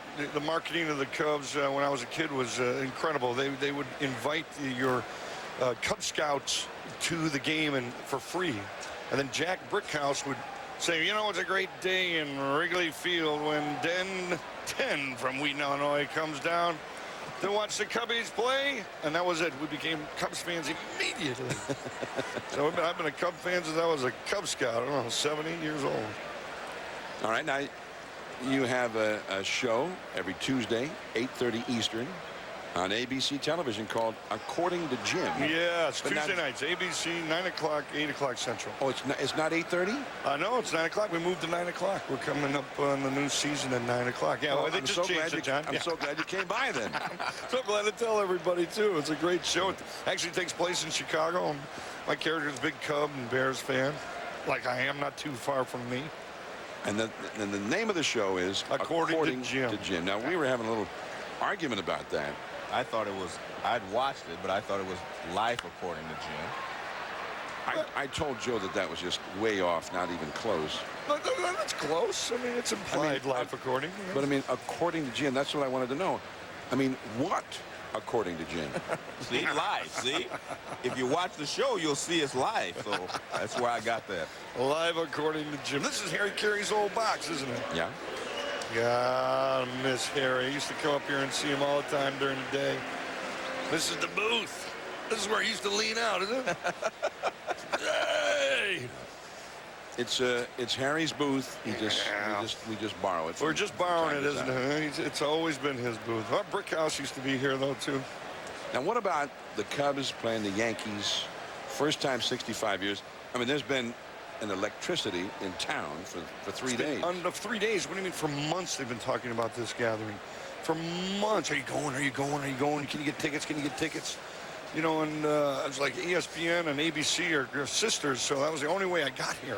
Because this ticket was the hottest ticket in town. It's so exciting to watch these two. And what makes it more exciting? Cubs are winning. The Cubs are winning.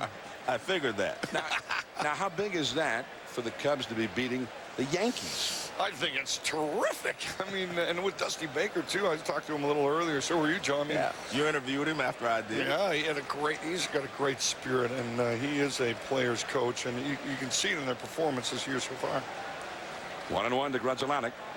And 1-2 as Hitchcock gets one by him. 6-1, the Cubs lead. How about this Pryor, the pitcher? He's really hot. Well, I mean, he has all the equipment to be a great pitcher. Good fastball, good breaking ball, and composure. He has a great presence out there on the mound. Mm-hmm. I mean, he gave up a leadoff double to start the game to Soriano and didn't get rattled at all. Hey, you got to get the cobwebs out. You know, a little warm up. You know, because of the rain this afternoon, there was no batting practice. There was no throwing. There was no warm up at all. So they're warming up in that first inning, you know. Grudzielanek has singled and grounded out. 6-1. The Cubs knocked out the Yankee starter, Andy Pettitte, in the second inning of the game. There's Robin Ventura. That throw did not have much on it, but just in time. And Grudzielanek didn't think so. And he has a few words for Dale Scott, the umpire over there. What did you think, Jim? From here? Yeah. Out.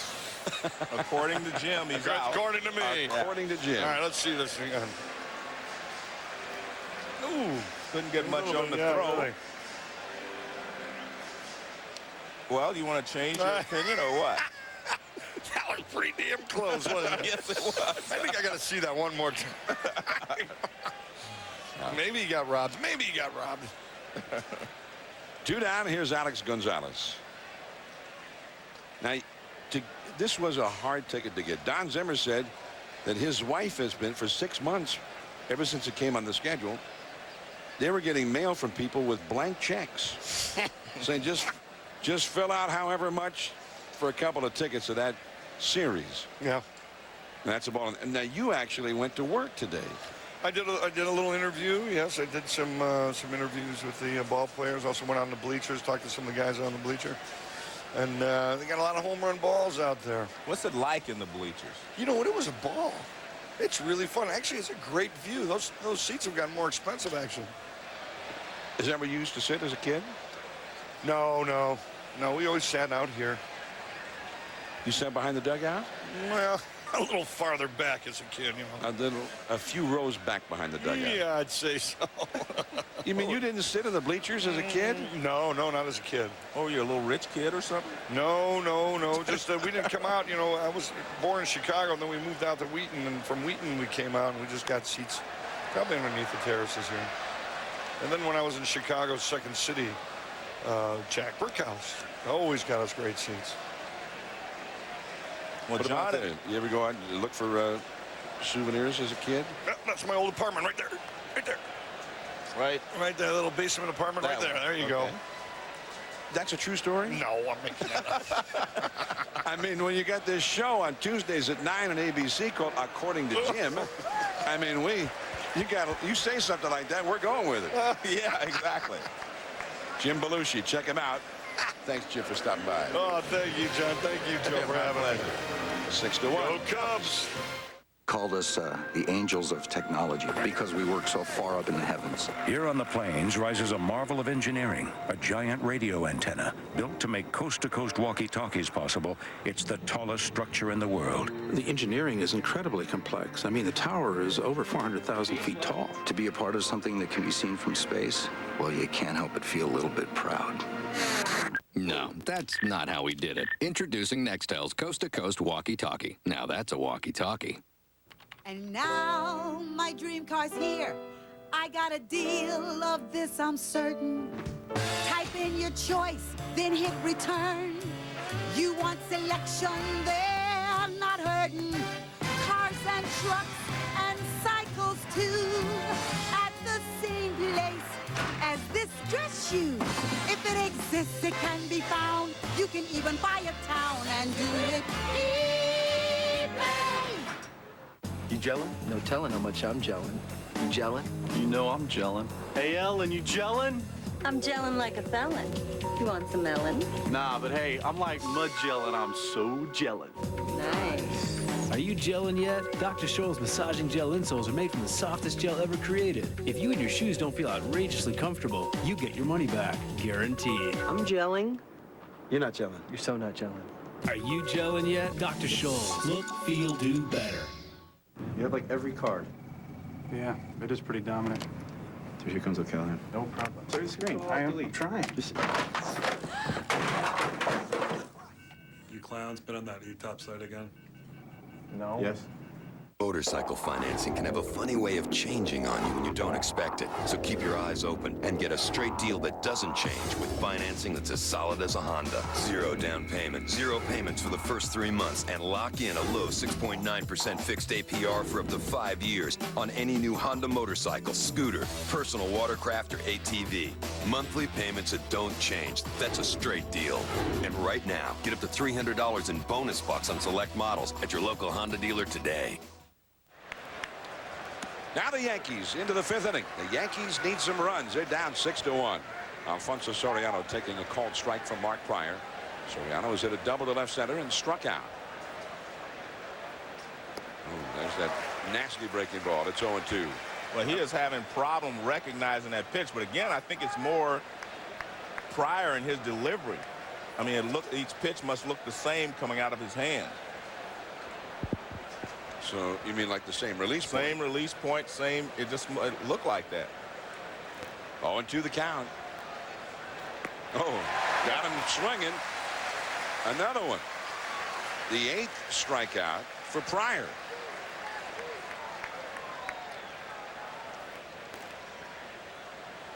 Well, again, these pitchers are not strikes.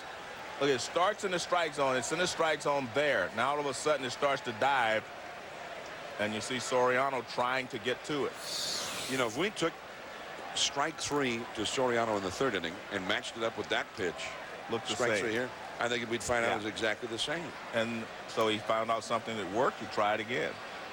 Here's Derek Jeter. He has struck out twice. He is 0 for 2 in the game. Giambi on deck. Fastball off the outside. Just a little tidbit I learned about Jeter. His birthday is June 26th. Yeah. Another baseball person is June 26th. Yeah. His birthday. That's a strike. The mythical inventor of the game, Abner Doubleday, was born on June 26th. Derek Jeter and Abner Doubleday on the same day, birthday. But did he really invent the game? Well, I said the mythical. I mean, it's a myth that we may expose, just like there's a myth that Babe Ruth called his shot. Well, that's my next question. Yeah, we may expose Did he really that. call it or not? Yes, he called it. In 1932? I believe he called it. He pointed out to the bleachers and then boom, he hit it? Yes, I believe he called it. Jeter just got a piece of that breaking ball.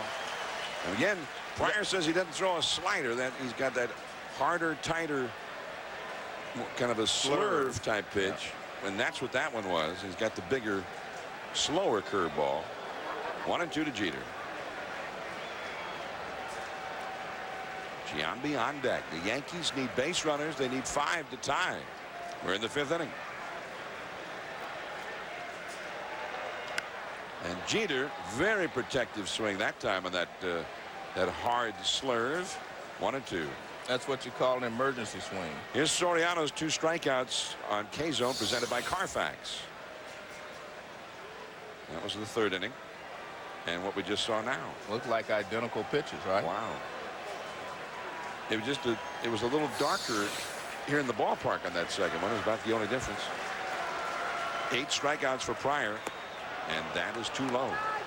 So Jeter giving him a battle here.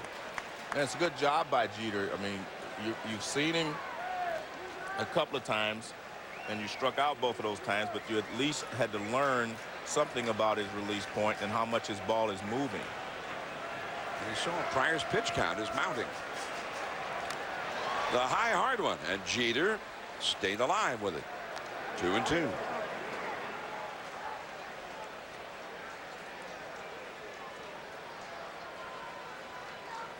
Jason Giambi on deck. He homered his last time. So Jeter trying to get aboard for the Giambino. I'm getting into that, Joe. 2-2. Did he swing? Yeah, strike 3. Number 9 for Pryor, and he's gotten Jeter 3 times. Well, his breaking ball is just so difficult, it seems to lay off of. That's why it's so tough. I mean, the hitters aren't able to recognize it quick enough that they can lay off of it. I mean, look at that. I mean, ball starts in the strike zone, but halfway there, it's out of the strike zone. And they're just not able to lay off.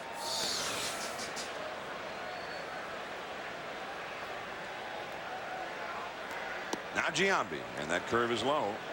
Now the Yankees in these interleague games Thursday, the Cincinnati Reds struck out 10 of them. Friday, 10 Yankees struck out here at Wrigley Field. And fastball is a strike. Yesterday, in Kerry Wood's start, Wood alone had 11 strikeouts. And there were 13 total strikeouts of the Yankees.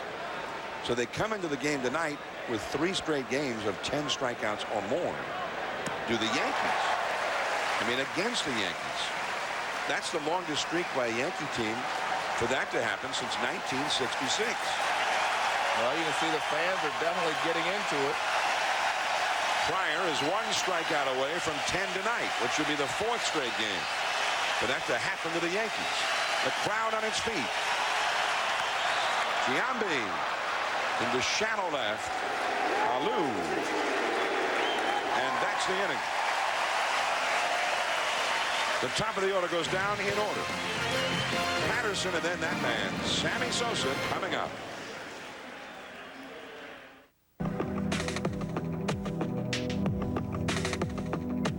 Ford Escape knows it's the perfect size to take on the confines of civilization. But with an available 200 horsepower V6 and control track four-wheel drive, it never forgets it's a genuine SUV. Ford Escape. If you haven't looked at Ford lately, look again. New Tylenol 8-Hour. It has 2 layers, one that's fast and one that lasts all day. For one simple reason.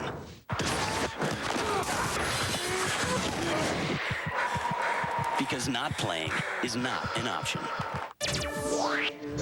If men are so insensitive, why do they need 9 personal comfort settings? Spectra from Norelco. Ultra close, ultra comfortable. Guaranteed. Okay, let's say this is your car and you get into an accident. Oh boy. If you take it to an Allstate recommended repair shop, they'll fix it, so you're pretty happy. You're like, ooh, I'm pretty happy.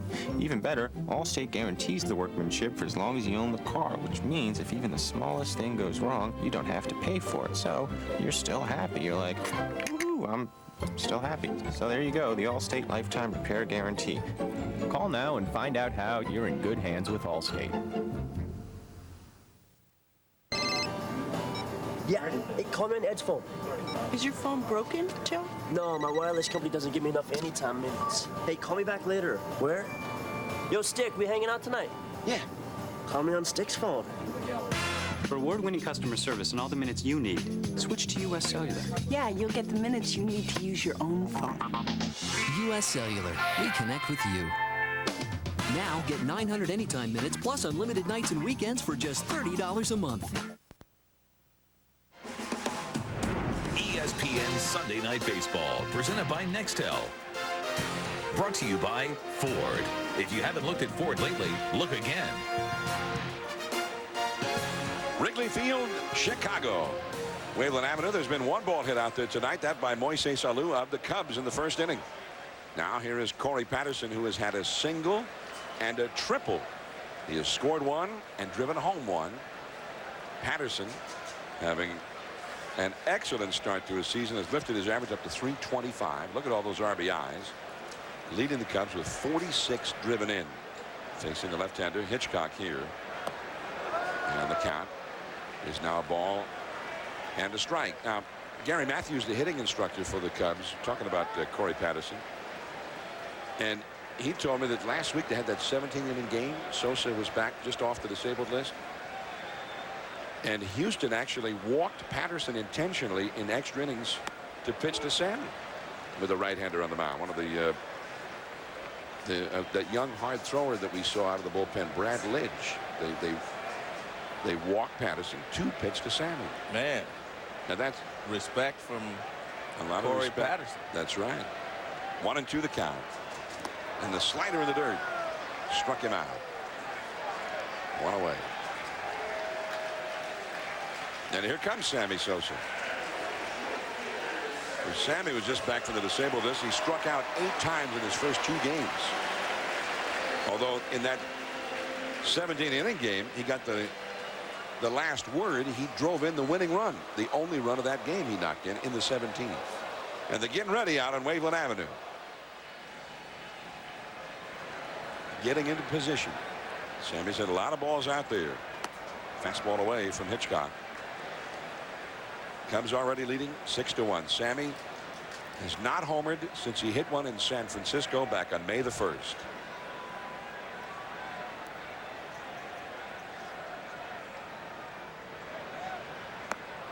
Changeup. And that's probably Hitchcock's best pitch, the changeup. 1 ball, 1 strike. Sammy has led the Cubs in homers for 10 consecutive years. Only one other player in Major League history has led one team in homers for 10 straight years, and that was the great Henry Aaron. Just off the outside with another changeup, 2-1. Aaron led the Braves in homers for 11 straight years. So Sammy with a chance to tie one of the Hammers all-time home run records if he could lead the Cubs again this year. That he's only hit 6 up till now. That's called a strike at the knees. Sosa did not like that call by Jim Reynolds. Let's take a look. Perfect pitch. Knee high toward the outside corner. That was one of the directives this year. It was felt that in the past that low strike had not been called enough. That the pitch that actually was in the strike zone was not being called to strike that often. 2-2 to Sosa. And the breaking ball in the dirt. Strike 3. Sammy is 0 for 2 with a walk in this one. 2 down.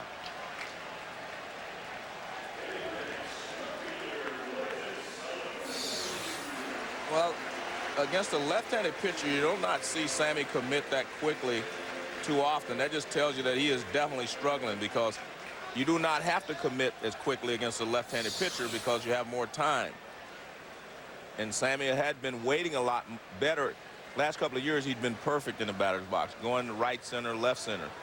But now, I mean, when you're struggling, you don't see the ball as well, and you move quicker to try to make up for the fact that you're not seeing it well. Moises Alou. Curveball, ball 1. Moises with a booming 3-run homer out onto Waveland Avenue in the first inning. First 3 runs of the game. And then he hit a double down the left field line in the 3rd on a pitch, a fastball that was way inside. So he is 2 for 2. Charged by Ventura, the barehanded pickup, and he throws him out. Nice play. 3 up, 3 down. When we come back, Joe Morgan chats with manager Dusty Baker about Sammy Sosa. Stay tuned. You think about conscience, that little voice that says you have a responsibility to people, the people who drive your SUV, the people who travel in it, even the people outside of it. You think about conscience, then you build an SUV that's actually been said to have one. The all-new XC90 from Volvo, equipped unlike any other SUV and guided by conscience. Welcome back. Our big leader is Carl Senegren, a bouncer from Saskatchewan. His hobbies are eating and lighting firecrackers. And it says here, Carl, you're looking forward to the 7th grade. You're going to be a teacher? No, a student, Alex. You mean you're not even in high school yet? What is no? But I did stay at a Holiday Inn Express last night. Let's get some harder questions here, huh, Alex? Stay smart. Stay at a Holiday Inn Express. Psst, Howie, you know how dads like you give. And give. And give. Well, at Radio Shack, we believe it's about time dads receive. So make Dad's Day with Dish Network and get 3 free months of the America's Top 100 Value Pack with HBO and Cinemax when you sign up for a year. Plus, get $25 back by mail from HBO. Radio Shack, you've got questions, we've got answers. I want to relax by the pool with my boys. I'm a huge fan. I want to taste some of Emerald's barbecue shrimp. I want to go where no one can reach me. I want... Well, how about what I want? It's always Shrek, Shrek, Shrek. What about Donkey? For special vacation packages, log on to universalorlando.com. A vacation from the ordinary. David Lloyd back in our Sunday Night Baseball studios. O's and cards. Jim Edmonds got ejected from yesterday's game. He hung around for a while today. That a 2-run shot puts the Cards up 2-zip. Edmonds said he wasn't feeling that well. Only got a couple hours sleep last night. He didn't show. Jimmy Edmonds, 2 home runs, 3 RBI, and the Cubs and the Cards needed all of it as they hold off the O's 11-10. And things are tightening up in the Central. The Astros have been very hot lately. Both Wade Miller and Roy Oswalt are pitching well now. Up top, then the Cubs, and then the Cardinals. Tightly bunched. The Reds are still in it. Only 5.5 out. Ken Griffey Jr. is back hitting home runs. And Adam Dunn leads the major leagues in hitting home runs. Austin Kearns over 50 RBIs. They've got some talent in that Cincinnati club. But the pitching, sometimes it's there and sometimes it's not. 1-1 to Jorge Posada, the cleanup man. He's been hit by a pitch and he's flied out to left center. Robin Ventura and Raul Mondesi to follow against the young, powerful right-hander Mark Pryor. There's Ventura on deck. I mean, that pitch is it reminds me of Clemens' splitter in the kind of swings we're seeing at it. Well, the one thing that tells you that it's a great pitch, we haven't seen one put in play, have we? I don't think so. Yeah, so that's the whole point right there. And if they're not putting it in play, that tells you how good a pitch it is. I mean, the last, I don't know, 3-4 innings, he's had that hard, tight, biting breaking ball. There's Mel Stottlemyre on the right, the Yankee pitching coach, chatting with the Rocket, Roger Clemens. Well, I did see someone put one in play. That was Soriano. He hit the double, the hanging breaking ball in the first inning. I mean, the first batter of the game. Yeah.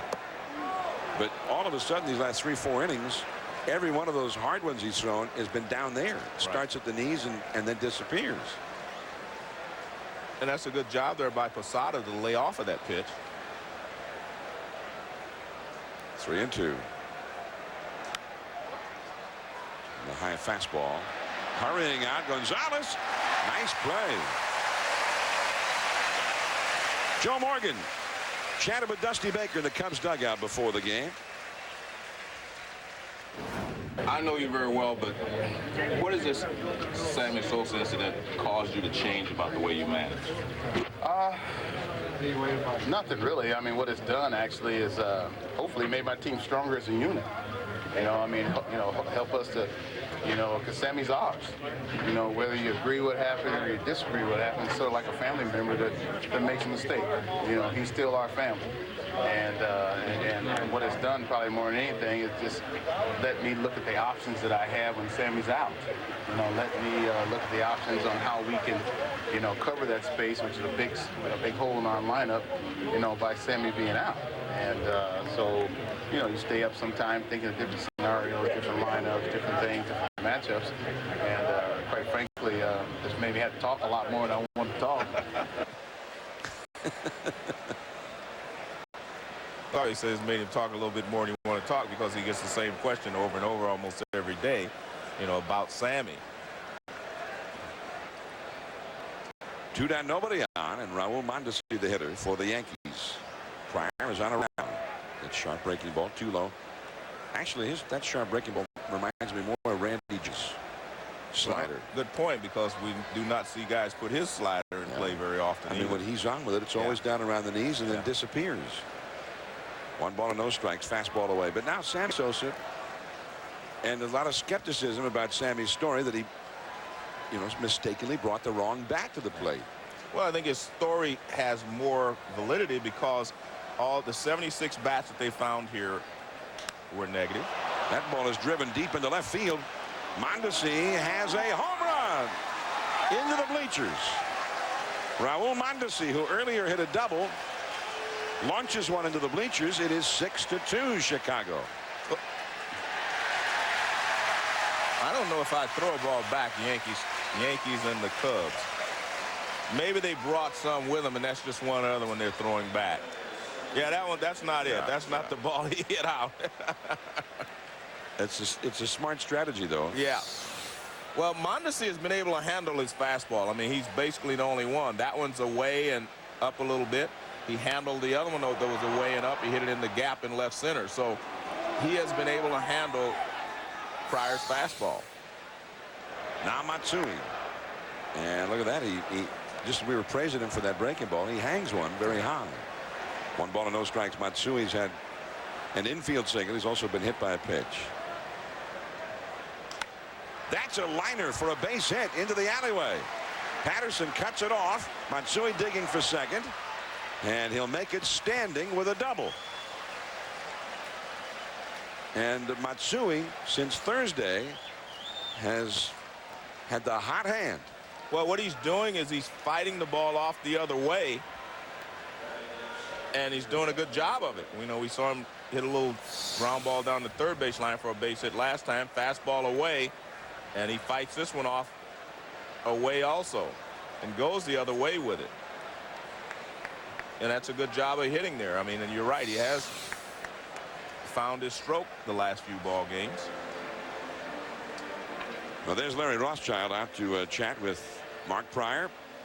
One thing we know that he's not talking to Pryor about is this. This copyrighted telecast is presented by authority of the Office of the Commissioner of Baseball and may not be reproduced or retransmitted in any form. And the accounts and descriptions of this game may not be disseminated without express written consent. MLB.com has the widest selection of items for the team you love. Shop MLB.com, the official site of wearing your heart on your sleeve, your cap, your pullover, and lots more than that. MLB.com. Check it out.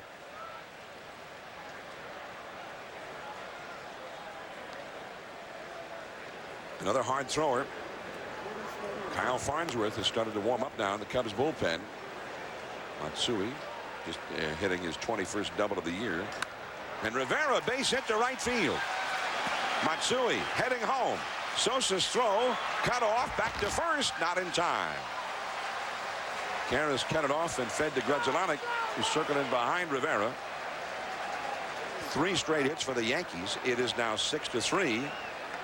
Pryor up around 100 pitches for the game, and he might be losing it. Well, that's a good job of hitting there by Rivera. We've seen him miss fastballs, seen him miss breaking balls. He just fights this one off again. He doesn't try to pull it. He goes the other way, as we saw from Matsui.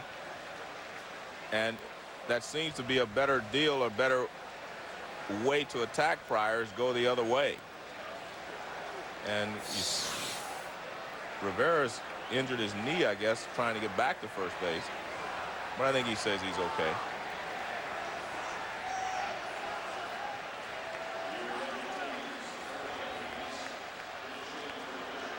So Rivera with his first hit of the game. And now Bubba Trammell, the veteran, off the bench to pinch hit for Sterling Hitchcock. Hitchcock has worked 2 perfect innings out of the Yankee bullpen. The Yankee bullpen, of course, is busy. You see Trammell, who has seen Pryor before and has done well against him. There is Juan Acevedo. 0-1. Pryor came up for the last couple of months last year and ended up winning 6 ball games. Trammell was with the San Diego Padres last year. Powerful right-handed hitter. Oh, man. Well, he swung at the slider out of the strike zone and took the fastball in there. Well, the fastball, that one was tailing back in. Not much he could do there after the first pitch.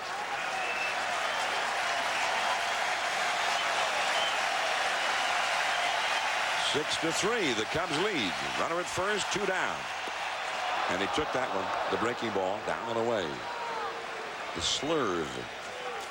No, if you watch Pryor, I mean, he has 2 out pitches, the fastball and the slurve. Only Pedro Martinez has 3. I mean, most guys will have 2, and they can be dominant with those 2.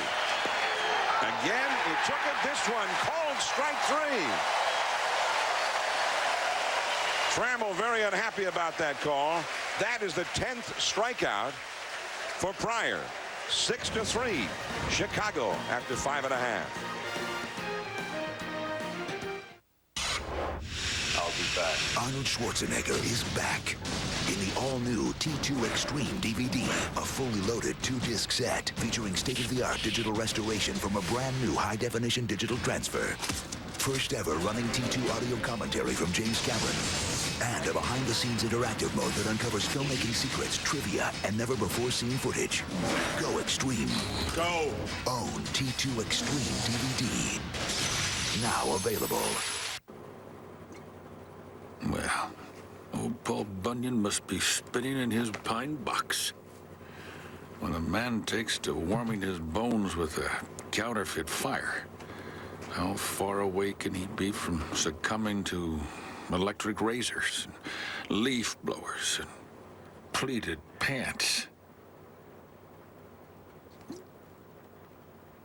America, is that really you? Yeah, look what Daddy's got, huh? Yeah.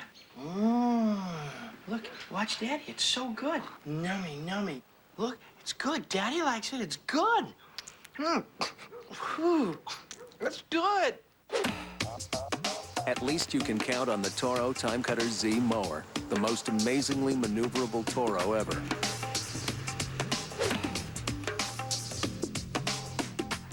You have like every card. Yeah, it is pretty dominant. Here comes O'Callaghan. No problem. Clear the screen. I'm trying. You clowns been on that E-top site again? No. Yes. The Home Depot is more than a store. It's a toy box for dads. And during Dad Days, now through June 15th, it's the best place to find the perfect gift for Dad at a guaranteed everyday low price. Like your choice of a Black & Decker 17-piece drill set or RTX rotary tool, a jigsaw kit, or an electric hedge trimmer, each just $29.97. Dad'll love the gift and you'll get something great in return. The Home Depot. You can do it. We can help. There is Juan Acevedo on the pitch. As Acevedo, who came in to face Eric Karras yesterday with a 1-0 lead, trying to protect a lead for Roger Clemens. On his first pitch, Eric Karras hit a home run. I think that's the pitch that he had wanted to throw yesterday, but didn't. He threw a high fastball out over the plate, and Karras knew just what to do with it. A curve line to center, base hit. First Cubs base runner since Alou led off to third with a double. Acevedo and Karras, this was the same matchup when Acevedo came in yesterday. This was his first pitch. Well, he throws him some high cheese in. That ball was in, and Karras deposits it in the left field and helps win the ball game for the Cubs. Acevedo, who was a closer for the Detroit Tigers last year, and he has been in a slump. He does have 6 saves. He did some closing for the Yankees this year when Mariano Rivera was on the disabled list. That ball out of play off the bat of Ramon Martinez. Ramon has homered and struck out in this game. A lot of talk around baseball that the Cubs are in the market for a proven run-producing third baseman. And the name Mike Lowell, who's with the Florida Marlins, keeps coming up. Well, he is a true run-producing third baseman. Yeah. That works. That should be 2. Jeter, the second one. Soriano slips and falls.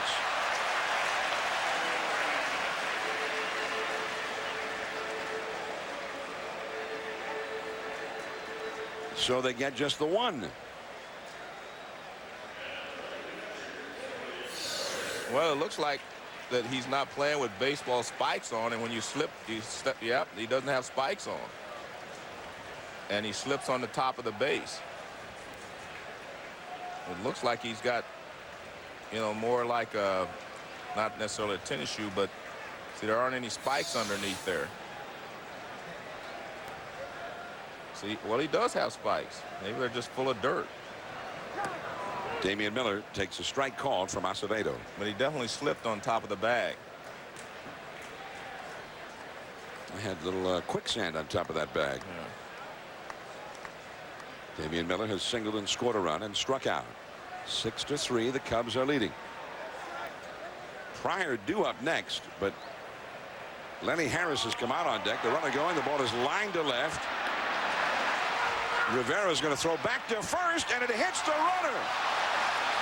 Backed up by Posada, and it had not hit the runner. Rivera might have turned that one into a double play. No doubt. I mean, the throw, it was a great throw, and it was going to beat him at first, back to first base. But it did hit the runner in the back, and it looks like they are going to pinch hit for Pryor.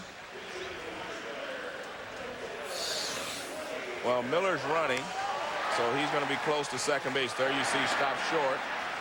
Rivera fires to first base. Martinez, that is, he gets back as the ball hits him in the back. Miller hit the line drive.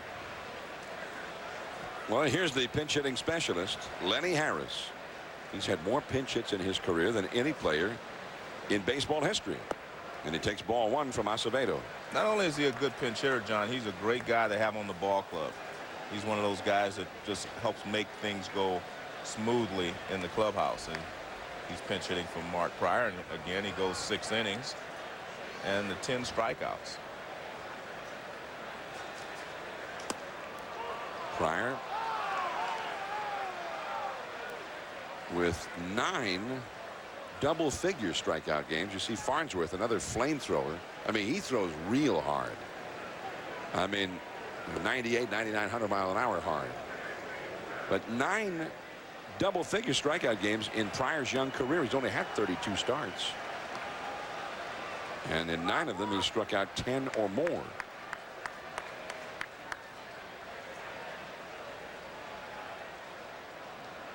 Two and 1 to Lenny Harris. This one will go to the Cubs bullpen. Pryor threw 106 pitches. And the Yankees, you know, that's been kind of their stock and trade over the years. Pitchers often don't last as long against them as against other ball clubs. Take a look at this. Just a little bit low. 2-2 the count to Lenny Harris.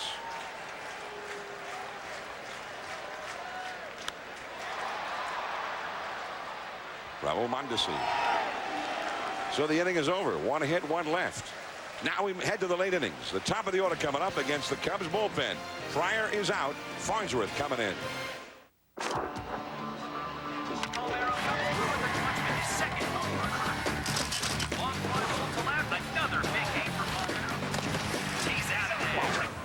I've made a lot of news on the baseball diamond, but if you want to find out about this diamond, you got to go talk to your doctor. Ready to try Viagra for the first time? See your doctor and find out if a free sample's right for you. My doctor says it's right for me.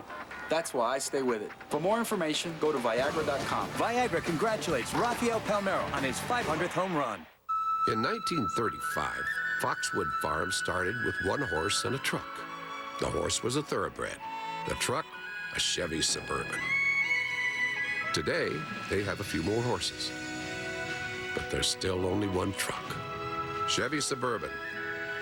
With an available 8.1-liter Vortec engine, it's capable of towing up to 6 tons, making it the best Suburban yet. Chevy Suburban, like a rock. Defending champ Tiger Woods goes after his 3rd U.S. Open title. As the world's best head to Olympia Fields, can Tiger repeat? The U.S. Open. Live coverage begins Thursday at 11 Eastern on ESPN. Tobin's Windows and Doors, from our house to yours. Since 1960, our family business has been installing quality replacement Andersen windows in homes just like yours.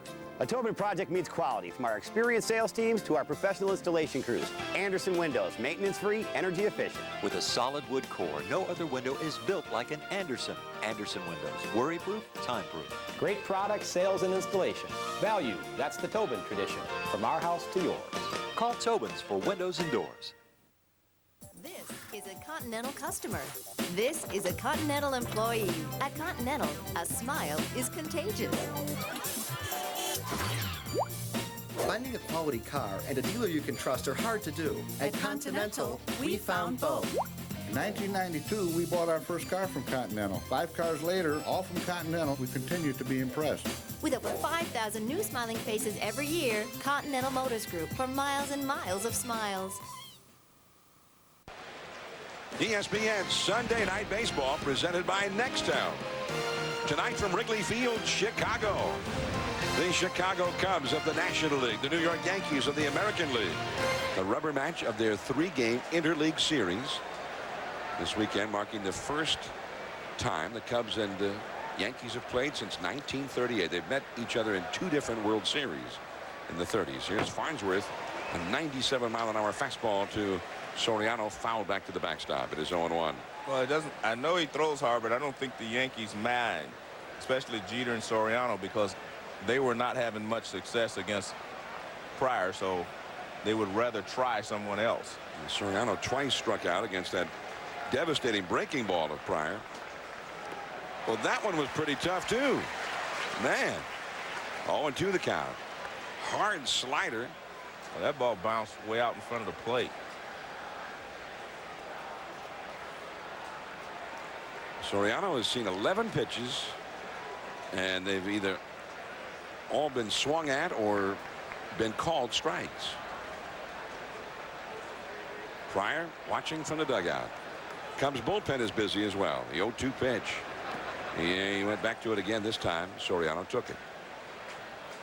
Derek Jeter on deck, then Jason Giambi. The Yankees with visions of a comeback in this one. At one point they were down 6-0, but now it is 6-3. Jason Giambi, at third of the inning, knocked in a run with a homer back in the third to start the Yankees comeback.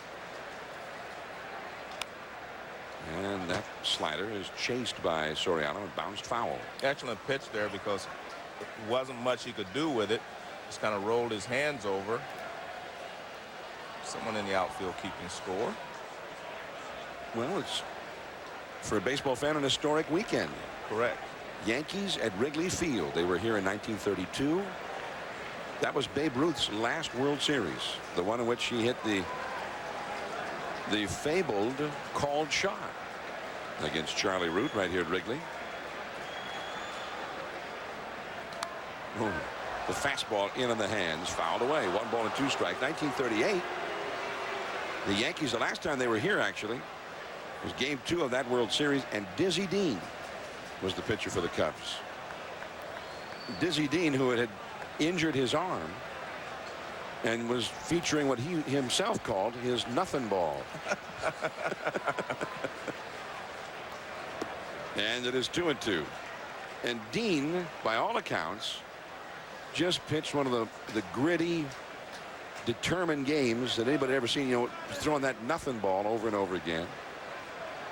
And then finally gave it up in the 8th inning. Frankie Crosetti hit a home run against him to put the Yankees ahead. And then in the next inning, Joe DiMaggio hit a home run after Tommy Henrich had gotten a base hit. Well, good job here by Soriano fighting off some tough pitches from Farnsworth. He was featuring a nothing ball, huh? Well, as he called it, the nothing, not nothing. Oh, okay. The nothing ball. Okay. That, you know, that scoreboard, that might have been here back then too, Joe.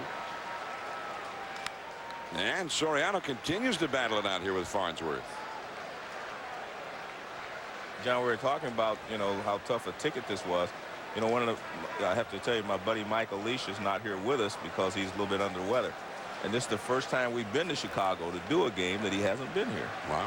So he's at home under the weather, but he's watching. So. The Iron Man, Mike Elisha. That's exactly right. 2-2 the count. And that is ball 3. Well, Soriano's given quite a battle here to Farnsworth. A great job. I mean, he started 0-2. Now he's worked the count to 3-2, and the Yankees need base runners.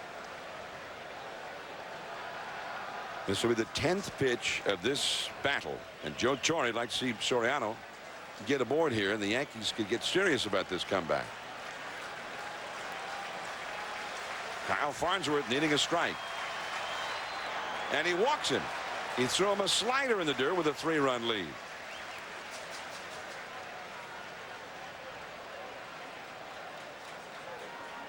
So the Yanks get that leadoff man aboard with Kerry Wood and Mark Pryor watching from the dugout. There's a breaking ball in the dirt. Breaking ball at Giambi. And we see Soriano chasing it.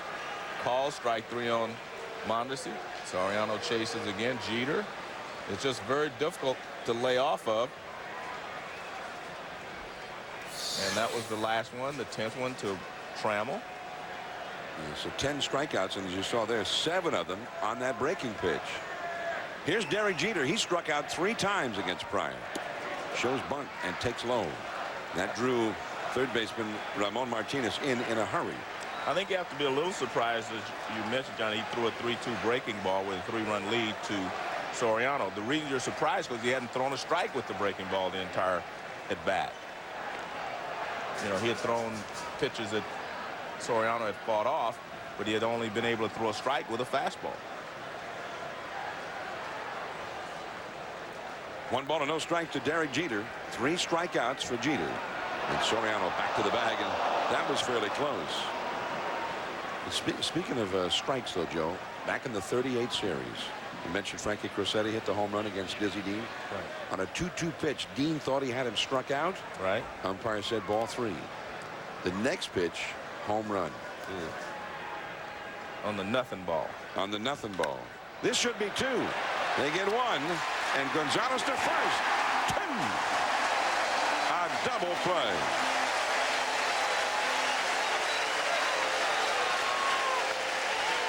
Well, not a good night for Jeter. He struck out 3 times against Pryor, and he hits this ball pretty sharply, but he hits it in the wrong spot.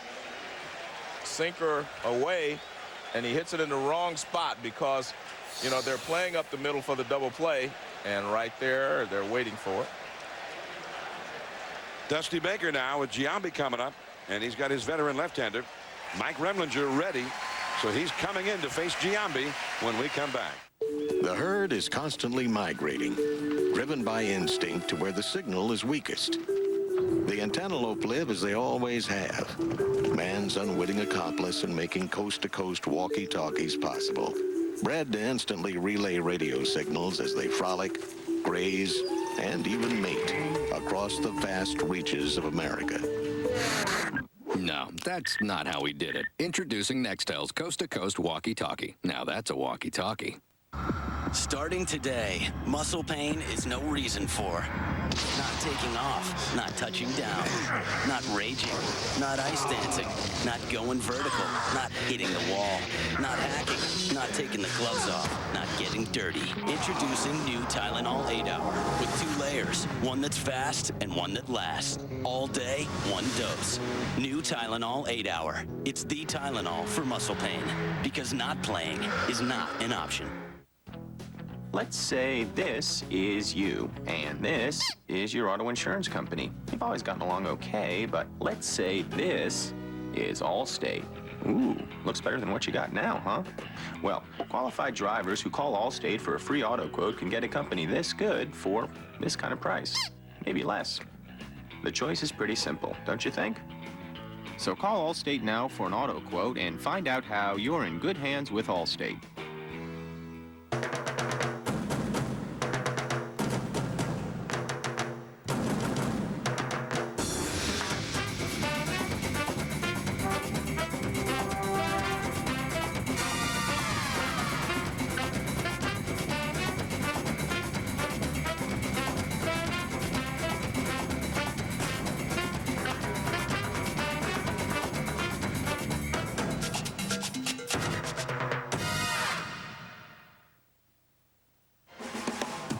ESPN Sunday Night Baseball, presented by Nextel. Nextel, life's better when your cell phone has a walkie-talkie. And in part by Tylenol Arthritis Pain Extended Relief. Take comfort in our strength. Wrigley Field, and the Cubs holding a 6-3 lead, and now Mike Remlinger for the 2nd day in a row is summoned from the bullpen by Dusty Baker to face Jason Giambi. And he starts him with the breaking ball for a strike. Now, yesterday was a little more of an urgency to the situation when Remlinger came in. The bases were loaded in the 8th inning, 2 down. He came on in relief of Kerry Wood to face Giambi, and he struck him out on a 3-2 pitch. And that curveball in there. Strike 2 call. And it's interesting, yesterday throwing all fastballs until he got to the 3-2 count, and then he threw him a changeup. So today he starts him off differently, throws him 2 breaking balls, and they're playing him to pull. You can see all on the left side, 3 guys on the right side, because they're throwing him off speed pitches. It's the third baseman, Martinez, now at shortstop. Strike 3 call. And Giambi unhappy about that call. So it is 7th inning stretch time at Wrigley Field.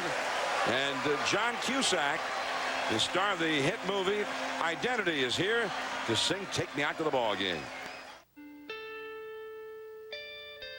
When it's finally time to move on, the new Saturn Ion Quad Coupe has a 140 horsepower engine, rear access doors, and a fold flat seat, so you can fit your bed, your bookshelves, your coffee table, your TV stand, and your chairs, which leaves just enough room for your desk. Get a 2003 Saturn Ion, L Series, or View at 0% APR financing for 5 years. For restrictions, see your retailer. You gelling? No telling how much I'm gelling. You gelling? I'm gelling like a felon. Quit yelling. We're gelling. Dr. Scholl's massaging gel insoles are so soft, they make any shoe feel outrageously comfortable. Are you gelling yet? Dr. Scholl's. I'll be back. Arnold Schwarzenegger is back in the all-new T2 Extreme DVD, a fully loaded 2-disc set featuring state-of-the-art digital restoration from a brand-new high-definition digital transfer. First ever running T2 audio commentary from James Cameron, and a behind-the-scenes interactive mode that uncovers filmmaking secrets, trivia, and never-before-seen footage. Go Extreme. Go! Own T2 Extreme DVD. Now available. Our Caesar salad is one of a kind. It's got cheese and chicken and lettuce and lettuce and chicken and cheese. A lot of places make the same Caesar salad over and over and over, but not Wendy's. Well, ours has spicy pieces of chicken, fresh romaine, seasoned corn and black beans, and Southwest Caesar dressing with a kick. I'll take that one. Introducing Wendy's Southwest Chicken Caesar Salad. Made fresh all day, every day. Wendy's, it's better here. And our pickup window is open till midnight or later, so you can eat great, even late. Introducing the Panasonic Pro Curve Pivot Action Shaver. The world's sharpest shaver blades.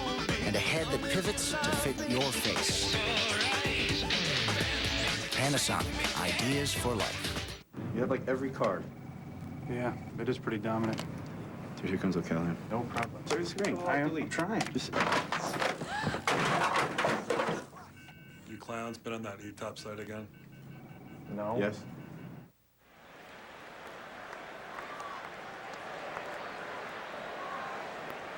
Juan Acevedo missing with ball one to Mark Remlinger as we start the last of the 7th inning.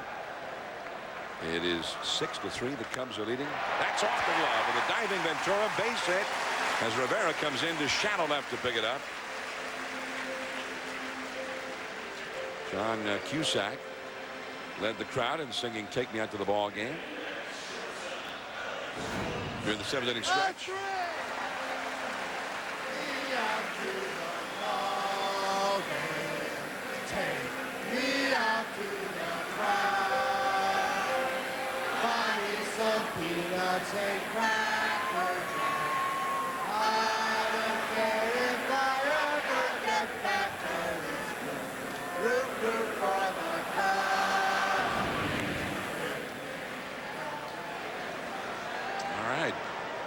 And he got a big ovation as he prefaced his comment about the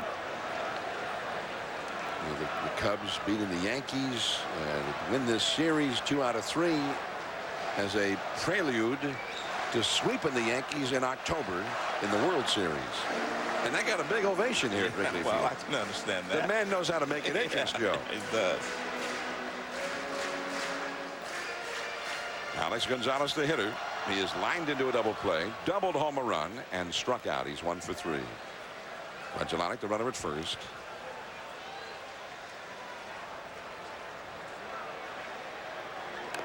The bunt and a foul. You know, last year, the bullpen was a black hole for the Cubs. I mean, they lost more games late than any other team in the National League. And Andy McPhail went out, and that was one of the, or I say Andy McPhail, Jim Hendry is now the general manager for the Cubs. And Jim Hendry went out. In addition to bringing in Dusty Baker, they fortified that bullpen with guys like Mike Remlinger, who's been a great addition to this Cubs bullpen. Joe Borowski had been filling in for Alfonseca as the closer, and he's done a great job in that capacity.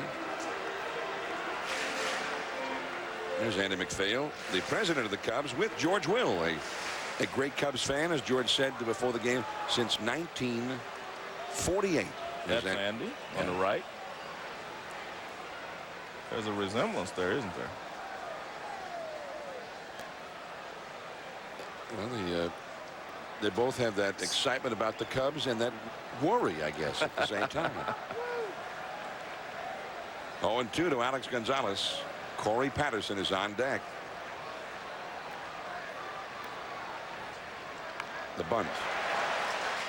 And Acevedo goes to first, and I beg your pardon, he goes down the right field line. And that one is off the glove of Jeter, and a run will score.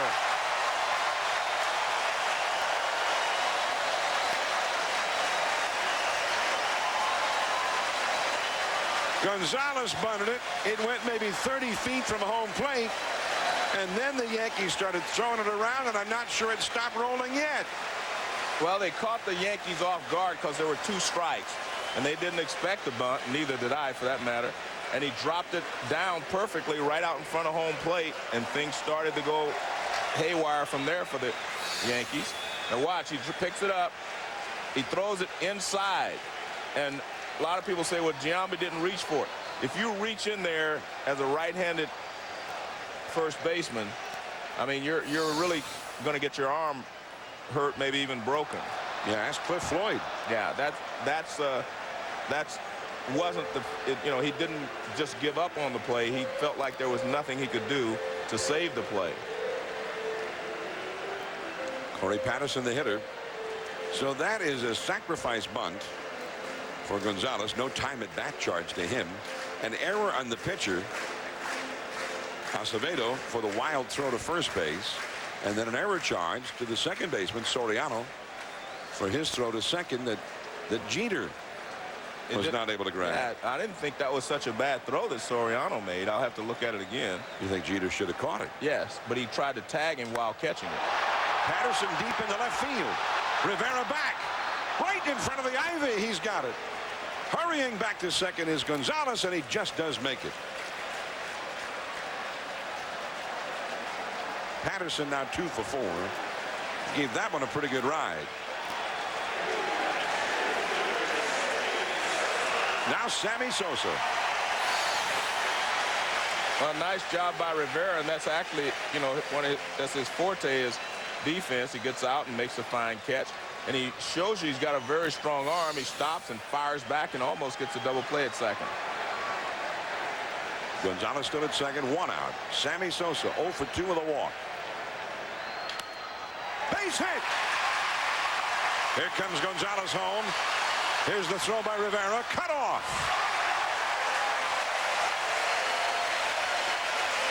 I don't know exactly why they cut that. It appeared that there was going to be a play at the plate. And you're already down 8-3. You might just want to let it go through. And you see Sammy getting an ovation.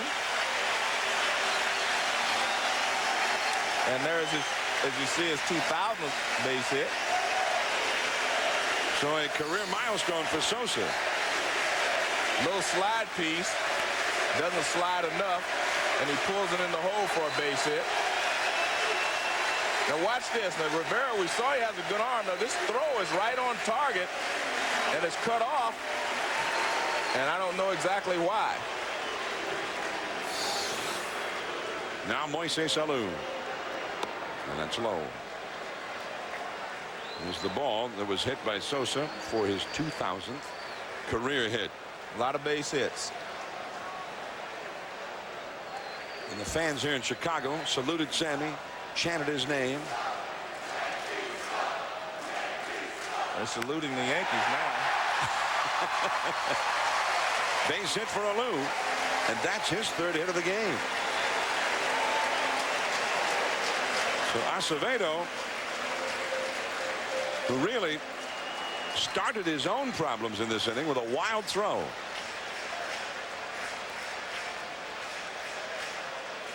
Stottlemyre is going to go out to the mound, and Torrey is going to call the bullpen.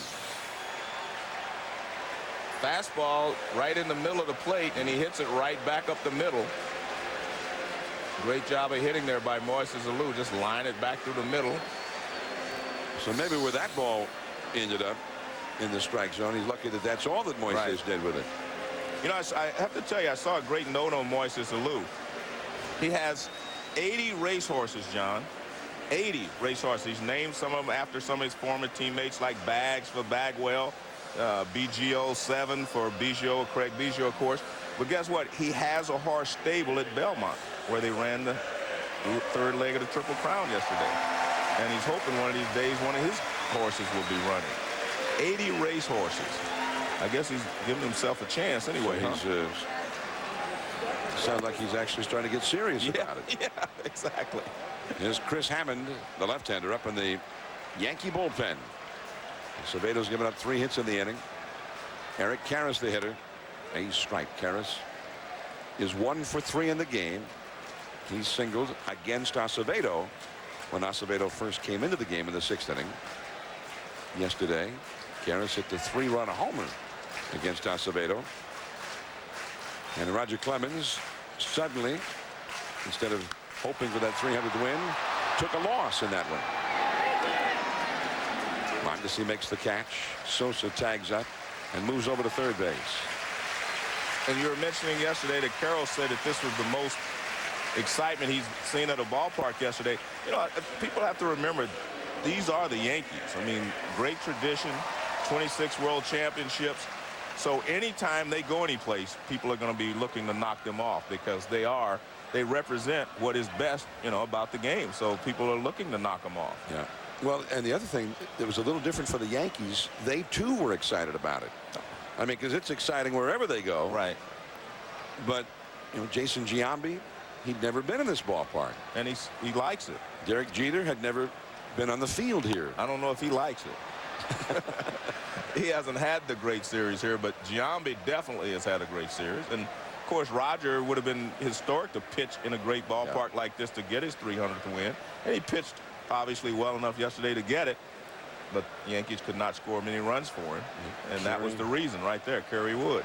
Kerry Wood instead got it. Got his 50th win. But, you know, it was interesting because Joe Torre, I think, put it best before the game yesterday.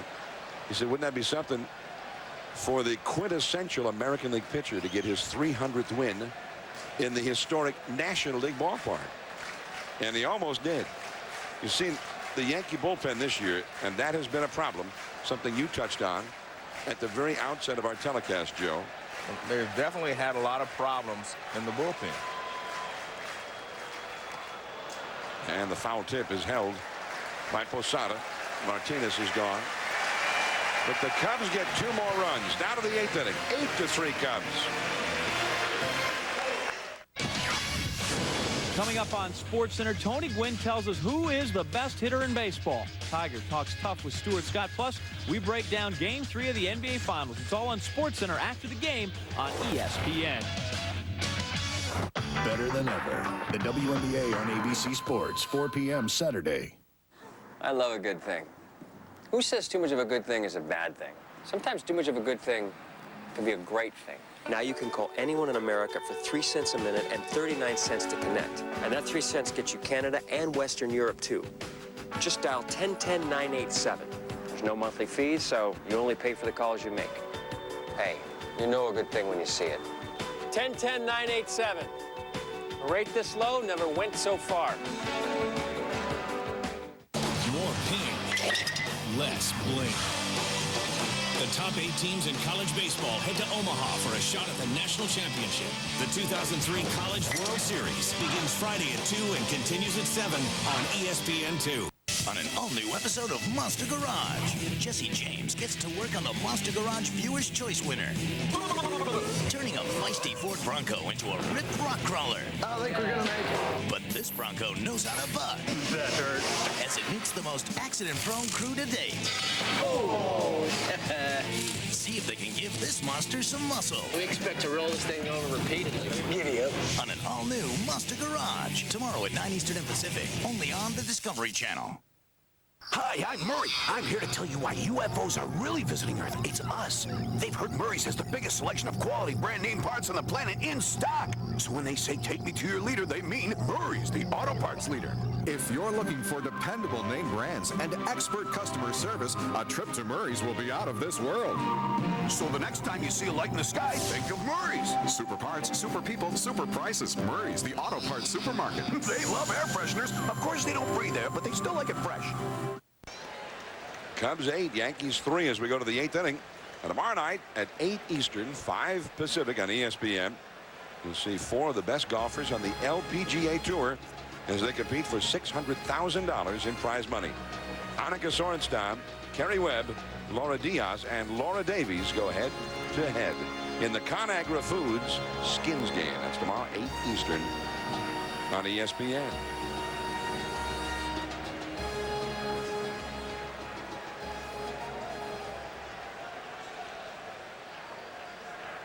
There's Jorge Posada, the Yankees cleanup hitter. He's been hit by a pitch, flied out to left center, and popped up to short. He is 0 for 2. Remlinger misses too low. 1 ball and no strikes. John, you were talking about the 1938, World Series.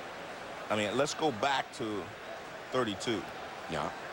The called shot. Yeah, the call shot. See, I'm glad you agree it was a call shot. Well, a lot of people think that. Well, I think that, yes. I mean, 2-0. Knowing Babe Ruth, all I've read about Babe Ruth, he called it. That's the way I feel. Charlie Root was the pitcher. Yeah. And he made the Babe mad. Well, also, the Cubs had a former Yankee who was a part of that 27 Murderers Row Yankee team named Mark Koenig, a shortstop. Right. And the Cubs, Koenig came to the ball club during that year, 32, and they voted him only a half share.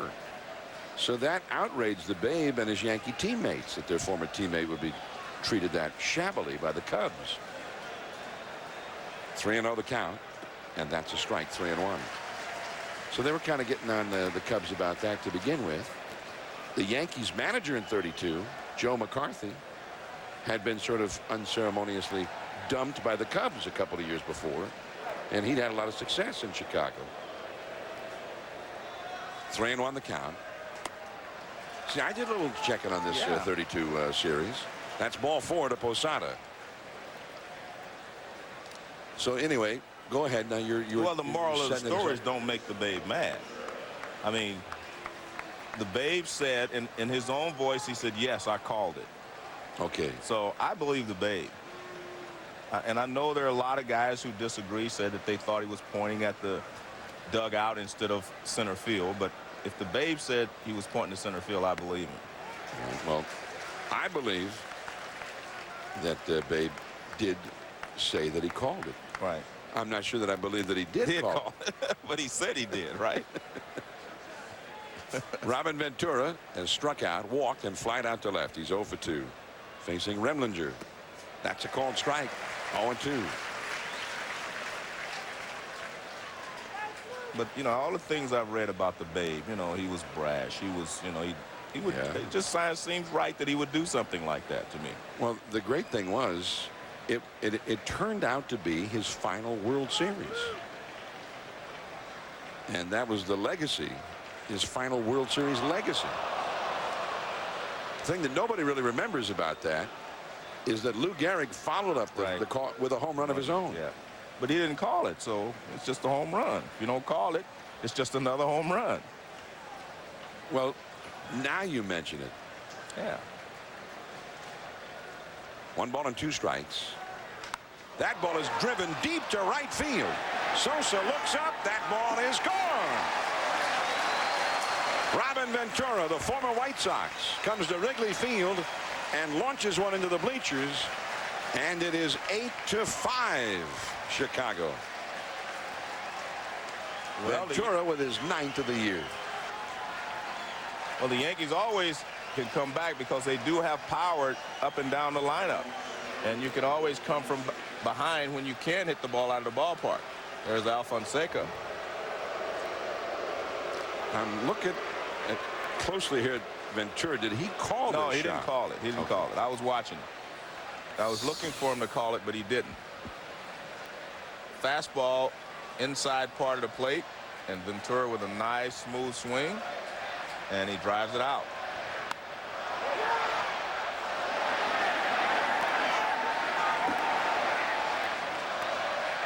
Almost. Well, we got a new pitcher coming in. Remlinger's gone, and now Antonio Alfonseca is going to come in from the bullpen. Robert Kramer, the noted historian and author, who wrote a book called Babe, a biography of Babe Ruth. He also weighed in, Joe, as we look at the score and Alfonseca coming in. And Robert Kramer weighed in a little bit about whether or not the Babe called that shot in 32. Ruth's in the outfield. He messes up a play, lets the Cubs tie the game.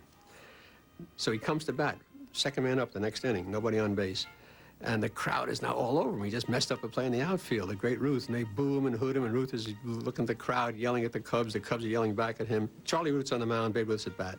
And Charlie's getting mad because Babe is talking to the bench and yelling, and he says, go on, get in there and hit. And I think that's when Ruth sort of made a gesture at the mound, because Gehrig, who was on deck, said, Ruth said, put the ball in here, I'll knock it down your damn throat.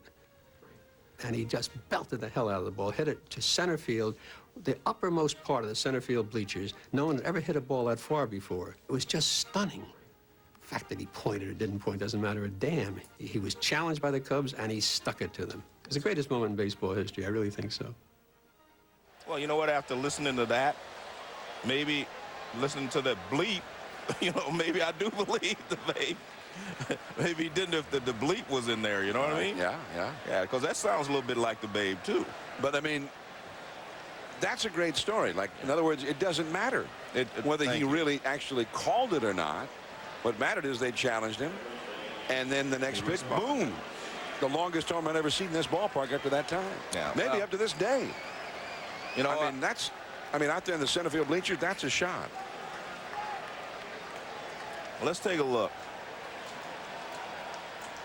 Okay, that's center field to me. I mean, the dugouts are over here someplace. I mean, the dugouts, that's center field, man. He was calling it. He just probably missed his mark. He may have been aiming it, a little bit off the left side of center field. But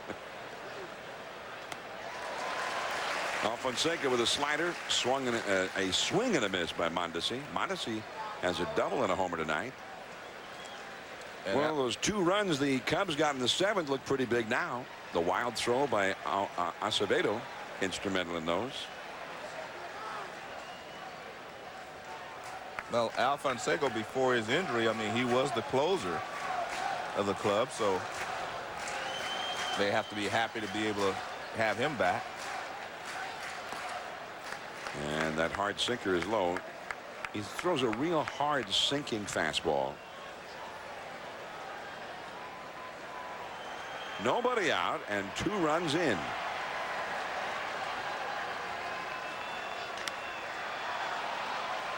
Patterson comes over into left center. And that is out number 1.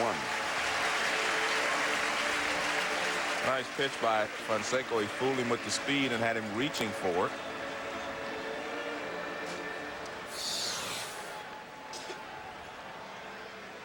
You can see it looks like a little cut fastball. It's running away, and you see him reach for it. Nice pitch there by Fonseca. Should I say Al Fonseca? I'd go with Al Fonseca. I think I will, too. Yeah, that's a ball inside. 1 ball and no strikes. Well, that was an interesting looking film. Yeah, it was, wasn't it? Of the Babe from 1932. Babe's final World Series. The story I read, Joe, said that after, and Robert Kramer just said, after each one of the first 2 strikes that Ruth had taken from Root, that is a called strike. 2-2. The Babe held up, his hand each time after each one of them, as if to count off the strikes himself.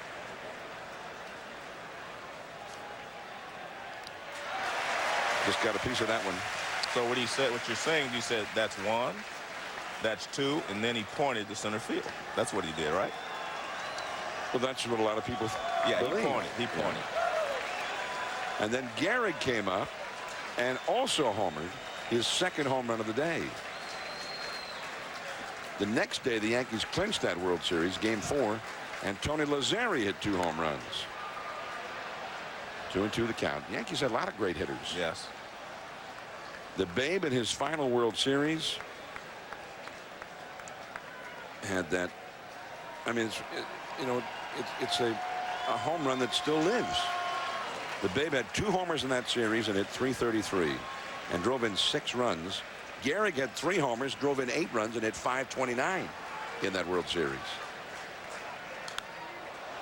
And Matsui fouls it away. 2 balls, 2 strikes. Matsui been hit by a pitch, had an infield single, and he has doubled to left center. He's been on a roll since Thursday's big night in Cincinnati. Well, what you see is a guy that's fighting the fastball off, and he's doing a good job of it the other way. And if you throw him something off speed, then he's able to pull it. 3-2.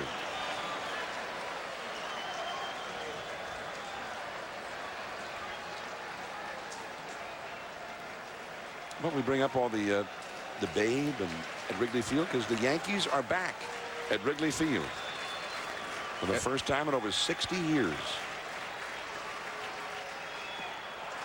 And that's ball 4. Matsui's been on base 4 times in this game. Charlie Devins, the last living member of those 1932 Yankees, spoke with ESPN Classic about his recollections of Babe Ruth's famous called shot home run.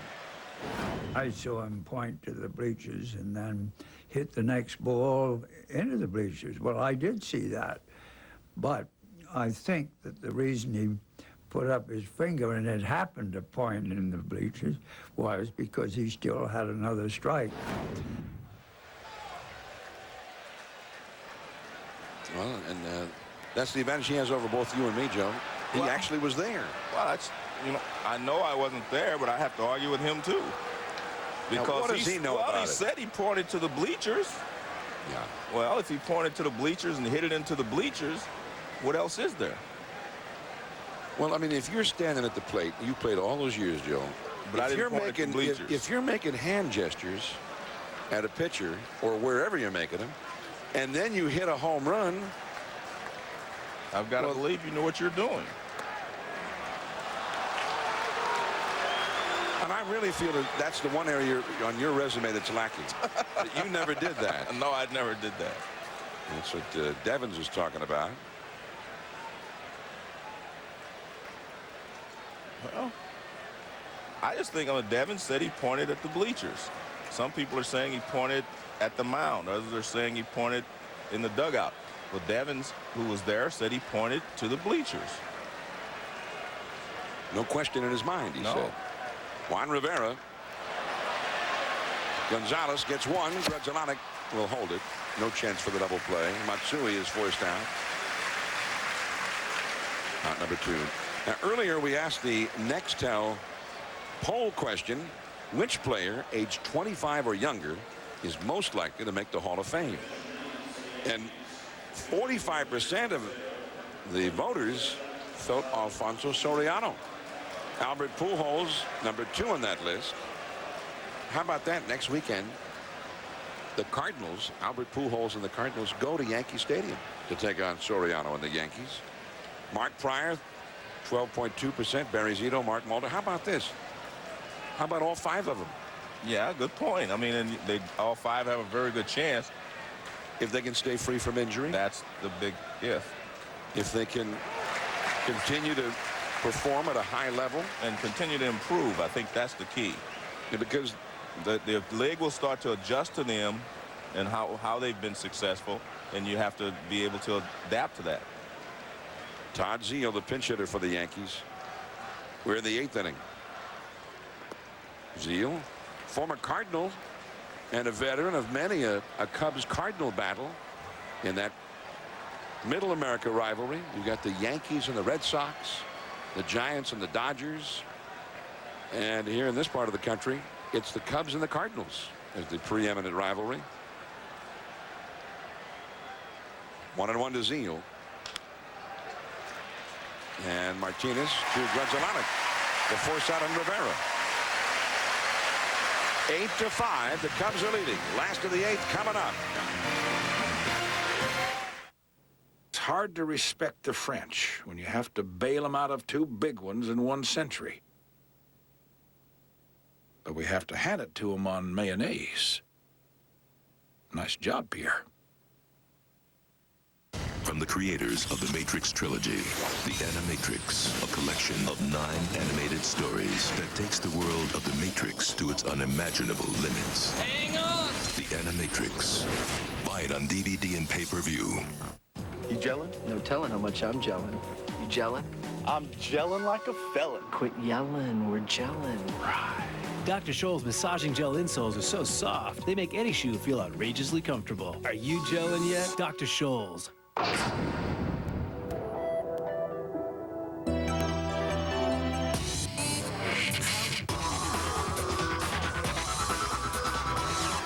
EOS Rebel TI. Get into it. Right now, all this guy's thinking about is getting home so he can let his dog out. He's late. So it's fair to assume that he's not thinking about his Cooper tires and all they're doing to help him get home. No, all he's thinking about is his new rug and Benny's small bladder. Hold on, Benny. Oh, buddy. Hold on there. Yeah, I'll be home in a minute, buddy. Hold on. Hello. Sorry. Okay, let's see here. Have you been in an accident of any kind? Have you had your odometer rolled back at all? Okay, well, any stalling, sputtering, that kind of thing? Used cars don't talk. Cough, please. That's why there's Carfax. From police reports to state inspections, we have the history of the car you're looking at. Get a Carfax report from your dealer or go to Carfax.com and get the truth about used cars. Cubs 8, Yankees 5. Last of the 8th coming up at Wrigley Field. Now stay tuned right after the ball game for SportsCenter. John Anderson and Kenny Mayne is standing by with all of the goings on around the world of sports. Spurs Nets game 3. A lot of stuff going on in baseball, interleague play, and a conversation with Tiger Woods. That's coming up on SportsCenter right after the ball game. That's right.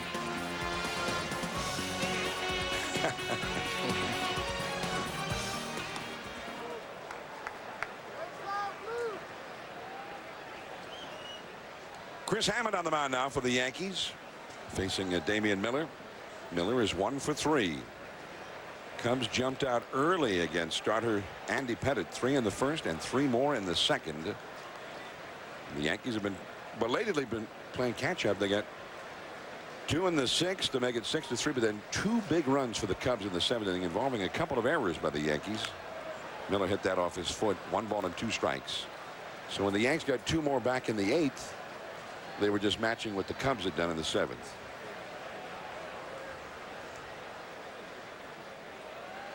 The Cubs trying to make it 2 out of 3 over the Yankees here. And that'd be a pretty good weekend for the Cubs, who lost 95 games last year, as they try and assert themselves as being the real thing. A squibber to Giambi.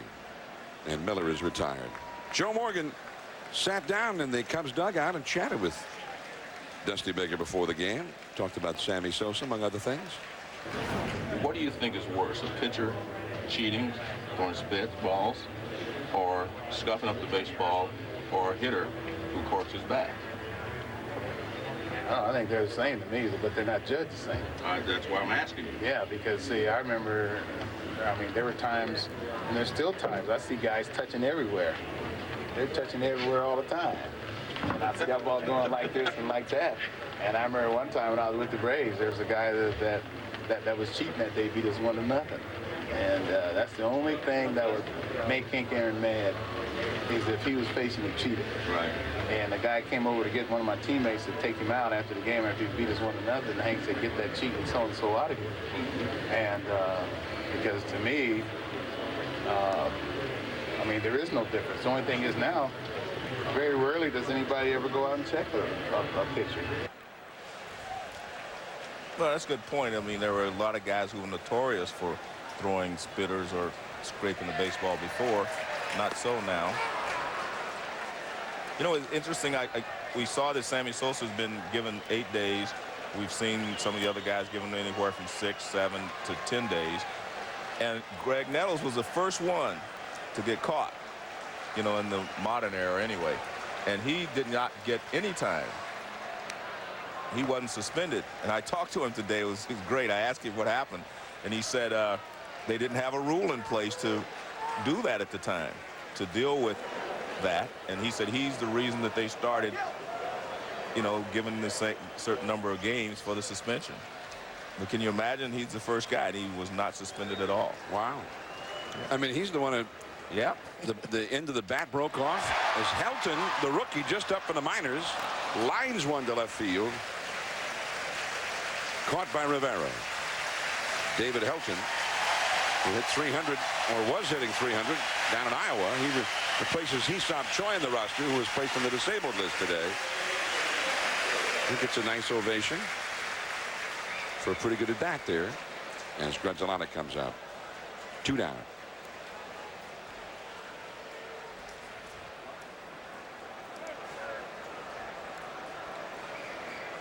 But Greg Nettles, as Grudzielanek takes a strike, all these little super balls. The story is the super balls came out of the end of his bat and started bouncing all around home plate. I mean, it creates a sort of a comedic scene in your mind's eye anyway. There's a list of guys who've been suspended for doctoring bats, starting with Nettles. Yeah, look at that. 0. 1974. No games. Yeah, he was not suspended. Chris Sabo, Albert Bell, Billy Hatcher. That one is whacked down the left field line by Grudzielanek. Extra bases. Rivera has to go in against the ivy to bring it out. And Grudzielanek has his 3rd hit of the game. This one a double.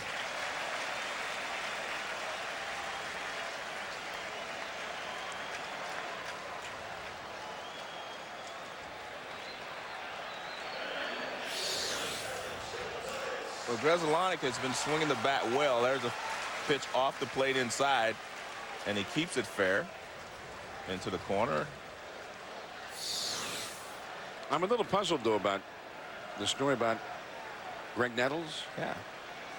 I mean, he used the doctored bat. You'd think that somewhere somebody would just come out and say, like the league, in those days they had league presidents. Yeah, just say 1 game, 5 games, or whatever. That's illegal, and you've got to serve a suspension for it.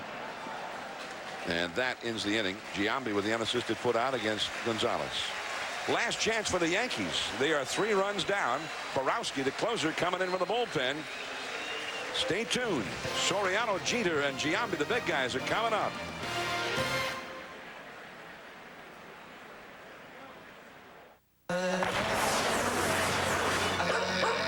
Something incredible is happening to guys everywhere. They're defying gravity. Mach 3 Turbo. Total comfort whether you shave down or up. An anti-friction coating on all 3 blades. Plus a strip with more lubrication. So even against the grain, you get less irritation and the closest shave. Can your razor do this? Unbelievable. Mach 3 Turbo. From Gillette, the best a man can get. All right, kids, today we're going to rob a home run, and this is how it's done. Major League Baseball Charities is a proud partner of Boys and Girls Clubs of America. Come on, you got to rob back.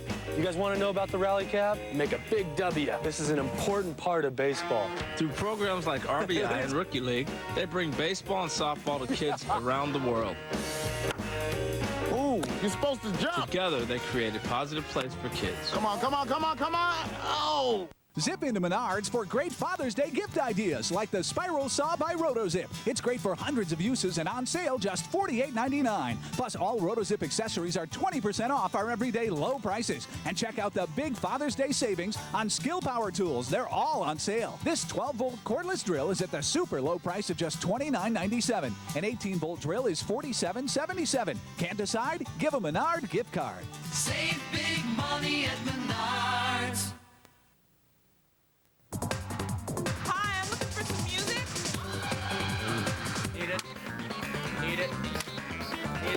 This one's good. This one's good. Sounds great. Yeah. Yeah. Yeah, it sounds real good. Comcast Digital Cable. Joy! Call now and upgrade to Comcast Digital Plus with up to 45 channels of music choice for $14.99 per month. Hey, you gotta have this one. Now this could change everything. Comcast.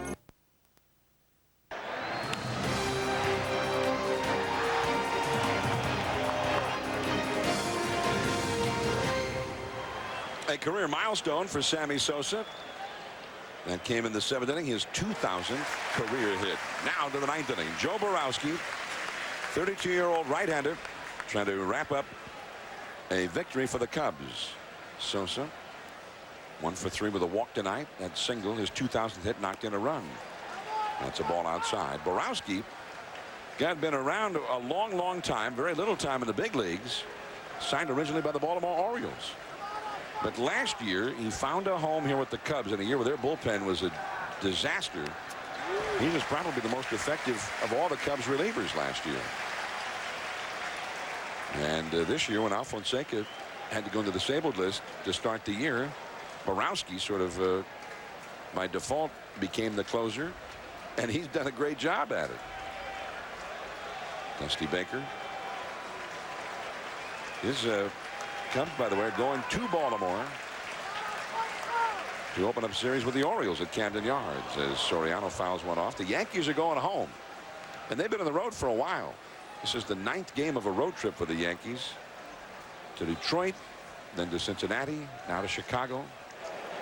And they're going to go home for more interleague play. They're going to play the Houston Astros, and that's a hot ball club. Jeff Bagwell, Jeff Kent, Craig Biggio, Lance Berkman. Richard Hidalgo is back. They're going to Yankee Stadium next.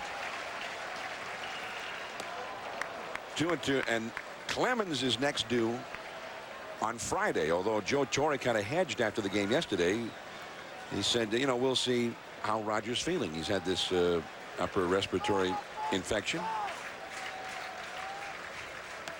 Strike 3. Man, he just blew a fastball right by Soriano.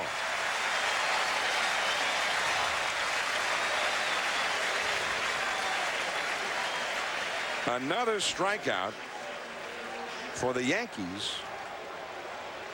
What's that, Joe? I'm 12. I think I've got 12 for the night. Yeah, 12. The Yankees have had 10 strikeouts or more in 4 straight games, 45 total. The last time a Yankee team had that many 10-plus strikeout games in a row was 1965, and that was a bad year for the Yankees. That was the beginning of a decline for the Yankees. They had been to the World Series the year before for the 13th time in 15 years. Or whatever it was, some incredible stretch they had from 49 through 64. 14 out of 16, I guess it was. Derek Jeter 0 for 4, 3 strikeouts and a double play ball tonight for Jeter. And the Yankees, after being in the World Series 64, ended up having a bad ball club in 65. They got old. Johnny Keane came from the Cardinals. He had managed against the Yankees in the previous World Series. And then he left the Cardinals to manage the Yankees. And I'm sure he regretted it. The Yankees were not very good. And they were even worse the next year. They finished dead last in 66. 3-0 to Jeter. That's a strike. 3-1. But the Yankees will be happy to be back, I'm sure, in the friendly confines of Yankee Stadium on Tuesday. I'm sure they will. If the Yankees lose this game, the Red Sox will be back in first by a half game. The Red Sox won at Milwaukee. Which, you know, if you were reading the papers this week, that kind of bugged George Steinbrenner. And while the Yankees are playing the slugging Reds and then the hot Cubs at Wrigley Field, the Red Sox were playing Pittsburgh and Milwaukee this week, whom the Yankees don't play at all in interleague play this year. They don't play either one of those clubs. Crowd on its feet. 3-2 the count. And Jeter onto the rooftop. I would figure this has got to be a big at bat in Jeter's mind. Yes, it is. For a lot of reasons. Yeah, good point. I mean, you never want to have this type of game, and your job now is just to try to get on base.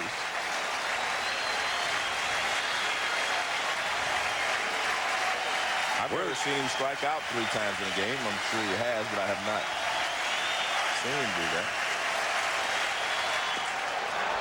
And Jeter gets himself aboard. The New York Yankees are trailing 8-5. We're in the top of the 9th inning at Wrigley Field, Chicago, the rubber match of this 3-game interleague series between the Yankees and the Cubs. Now, right after the ball game, SportsCenter comes up. All the highlights from the Spurs and Nets Game 3 in the NBA Finals. Also, all of the baseball news. A lot going on in baseball with interleague play in full swing, and the conversation with Tiger Woods. John Anderson and Kenny Mayne is standing by in the Sports Center studio as we speak. Here's Giambi. He's homered tonight. 1 for 4 in the game, and he takes a strike with a slider. 3 infielders play to the right side for Giambi. I know this may not be a good time to remind you, but Giambi was my daily double pick. Yours was Sammy Sosa. In the Joe Morgan daily double. Diamond Daily. 0-2 to Giambi. Well, I had Sosa knocking in a run, getting his 2,000th hit. How many ovations has Giambi gotten tonight? Yeah, but he hit a home run. So in the Diamond Daily, Joe Morgan's Diamond Daily, he got more points than my guy? Home runs give you a little more points. Big deal.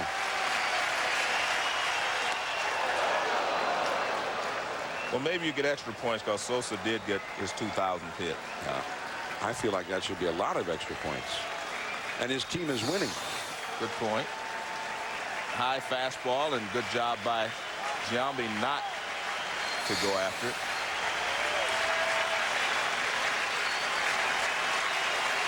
One and two the count. 2-2. Next Sundays, we're talking about interleague play. Yeah. Another great matchup on Sunday Night Baseball. The Atlanta Braves, with the best record in the National League, in Seattle, against the Mariners with the best record in the American League. They are both 42 and 19 right now. Should be great. Should be the young Gil Mesh and the veteran Greg Maddux next Sunday night. The slider too low. Well, the one thing you have to do is, you have to throw strikes. I'm sitting here, I was watching him pitch to Jeter, and 3-2, they tried to hit the inside corner. 3-2 with 1 out and 3-run lead. I think you have to just throw it down the middle. The worst they could do is make it a 1-run game. Exactly. If he gets aboard, Posada, who has lots of power, would be the possible tying run. Sosa. No. He'll have to go play it off the ivy. Jeter speeds over to third, and Giambi ambles into second with a double, and Posada is coming up as the possible tying run. The wind continues to blow out toward right. And you do not, you mind, but it doesn't upset you that Giambi gets a base hit. What upsets you is to walk a guy with a 3-run lead. This is a little slide piece, but a great job of hitting. That's perfect backdoor slider, and Giambi rips it into right center field, and he ends up at second with a double. The only other time the Yankees had a batter up there who could have tied the game with one swing of his bat tonight was the second inning when Juan Rivera came up. Well, here's Posada. Posada has 14 home runs for the year. Giambi tonight hit his 15th. Soriano leads the club with 18. Strike with a slider. I think that last swing by Giambi shows you that he's back on track. That was a pretty good pitch. Backdoor 3-2 slider, and he reached out and drilled it in the gap. The Giambino. 1 ball, 1 strike. The Cubs get the bullpen busy. Left-hander Mark Guthrie has started to throw. After the switch hitting Posada, you got the left-handed batting Robin Ventura. And here comes Larry Rothschild out to the mound to talk to Borowski. Well, I think they're also trying to give Guthrie enough time to get loose. Just in case he's able to get Posada out, you still have Ventura who can hit the ball out of the ballpark. And I think you'd rather have a left-hander pitching to Ventura. It seems like in this interleague week, first week of interleague play, there have been some wild finishes to games. Yeah. Cardinals had one. Was it the Cardinals had 4 in the bottom of the ninth to beat Baltimore this weekend in a game? The Yankees have not won a game that they were trailing after 7 all year. Forget about trailing after 8. Mariano Rivera getting ready just in case. A ball and a strike. Ooh, man. That pitch looked pretty hittable. Well, the only thing that saved him there, the pitch was up a little bit. Now watch. This pitch is going to be, well, it isn't up. It's well tied. He had a good swing at it. Looked like a little slider. It was up in the home run zone. Yeah, it was.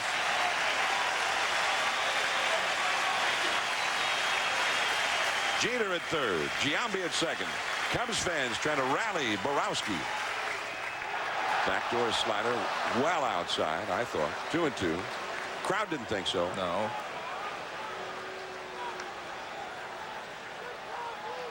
Borowski, who's had 10 saves. Base hit could make it a one-run game. A home run would tie the game. 2-2 the count. Now that one was up. That was up around his eyes. Trying to put him away with that high fastball.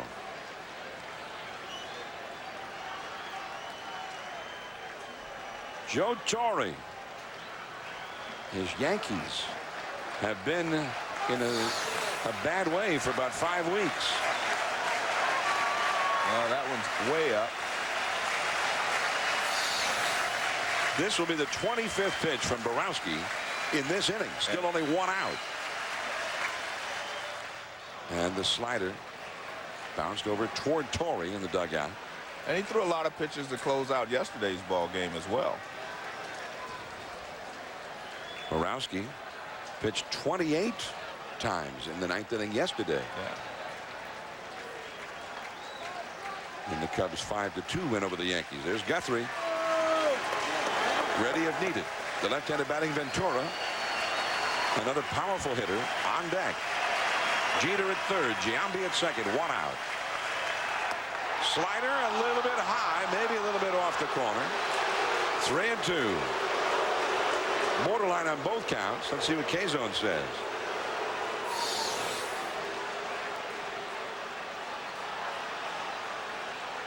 Well, like you said, borderline high, borderline outside. It was both.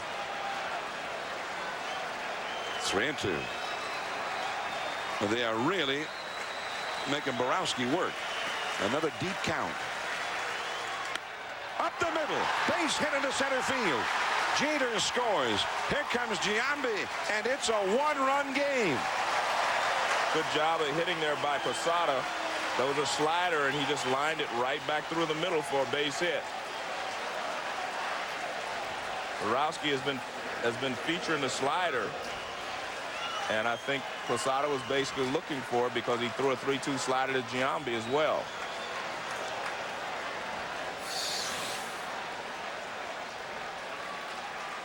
There it is, a little slider, but he was trying to throw a strike with it, and he did.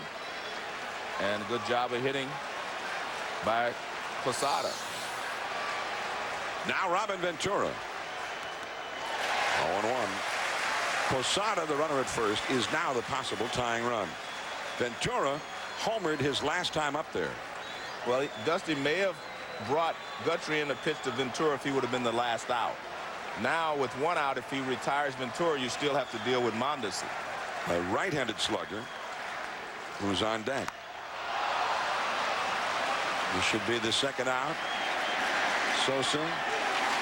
Patterson is happy to let Sammy go for that one all the way. 2 down. And now Mondesi, the Yankees' final hope. And he's had a double and a homer tonight.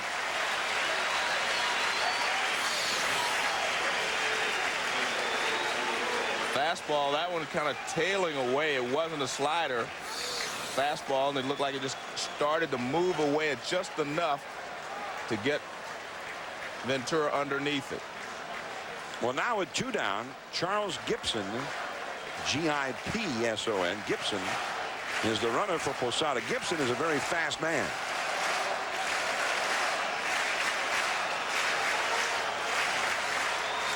Borowski and Mondesi. Mondesi has only faced Borowski 3 times in his career, and he's had 2 hits against him. Mondesi doubled in the second tonight, homered in the 6th. 2 for 4. Having a pretty good year for the Yankees up till now. Now they've got to be mindful of Gipson over there. Gipson could steal a base. And I agree with that, but I think he has to give all of his concentration to Mondesi. I mean, Gipson can't steal second, third, and home. So you have to get the hitter out. Concentrate on Mondesi and do not hang it, because if you're worried about him, you may hang a breaking ball or make a mistake to Mondesi. 8-7. The Cubs are leading.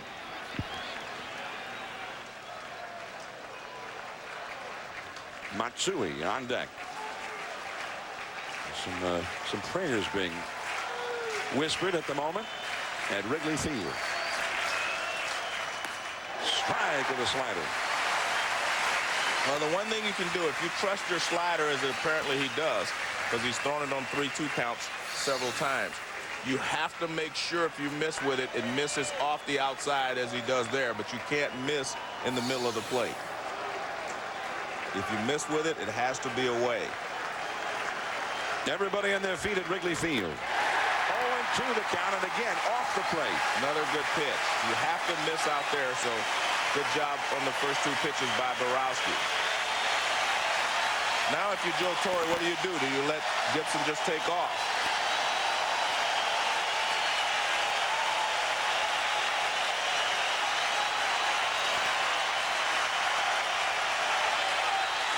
Two down, 2 strikes. Gipson is picked off, and that is how it ends.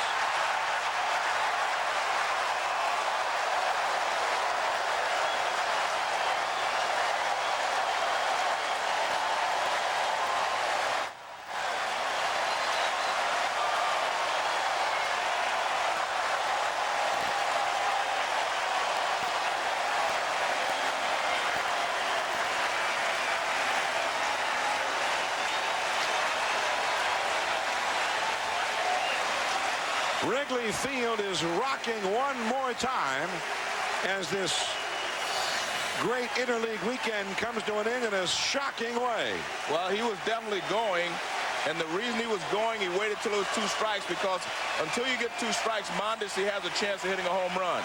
But with 2 strikes, he's more likely to hit a single, so you try to steal to get in the scoring position so that you can score on a single, and not a good play there by Gipson. And you see the Cubs all happy in the dugout. The Cubs, who had been swept by the Yankees in the 32 series and the 38 series, 65 years later, take 2 out of 3 from the Yankees here at Wrigley Field. The Cubs right there in the division. The Yankees a half game back of the Red Sox in their division. John Miller for Joe Morgan. Good night from Wrigley Field.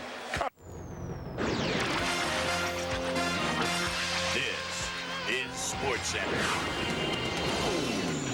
Kenneth, you know, it was terrific how you got to cover that whole Triple Crown series, but we have a lot of other sporting activities going on, so we probably should educate you on those.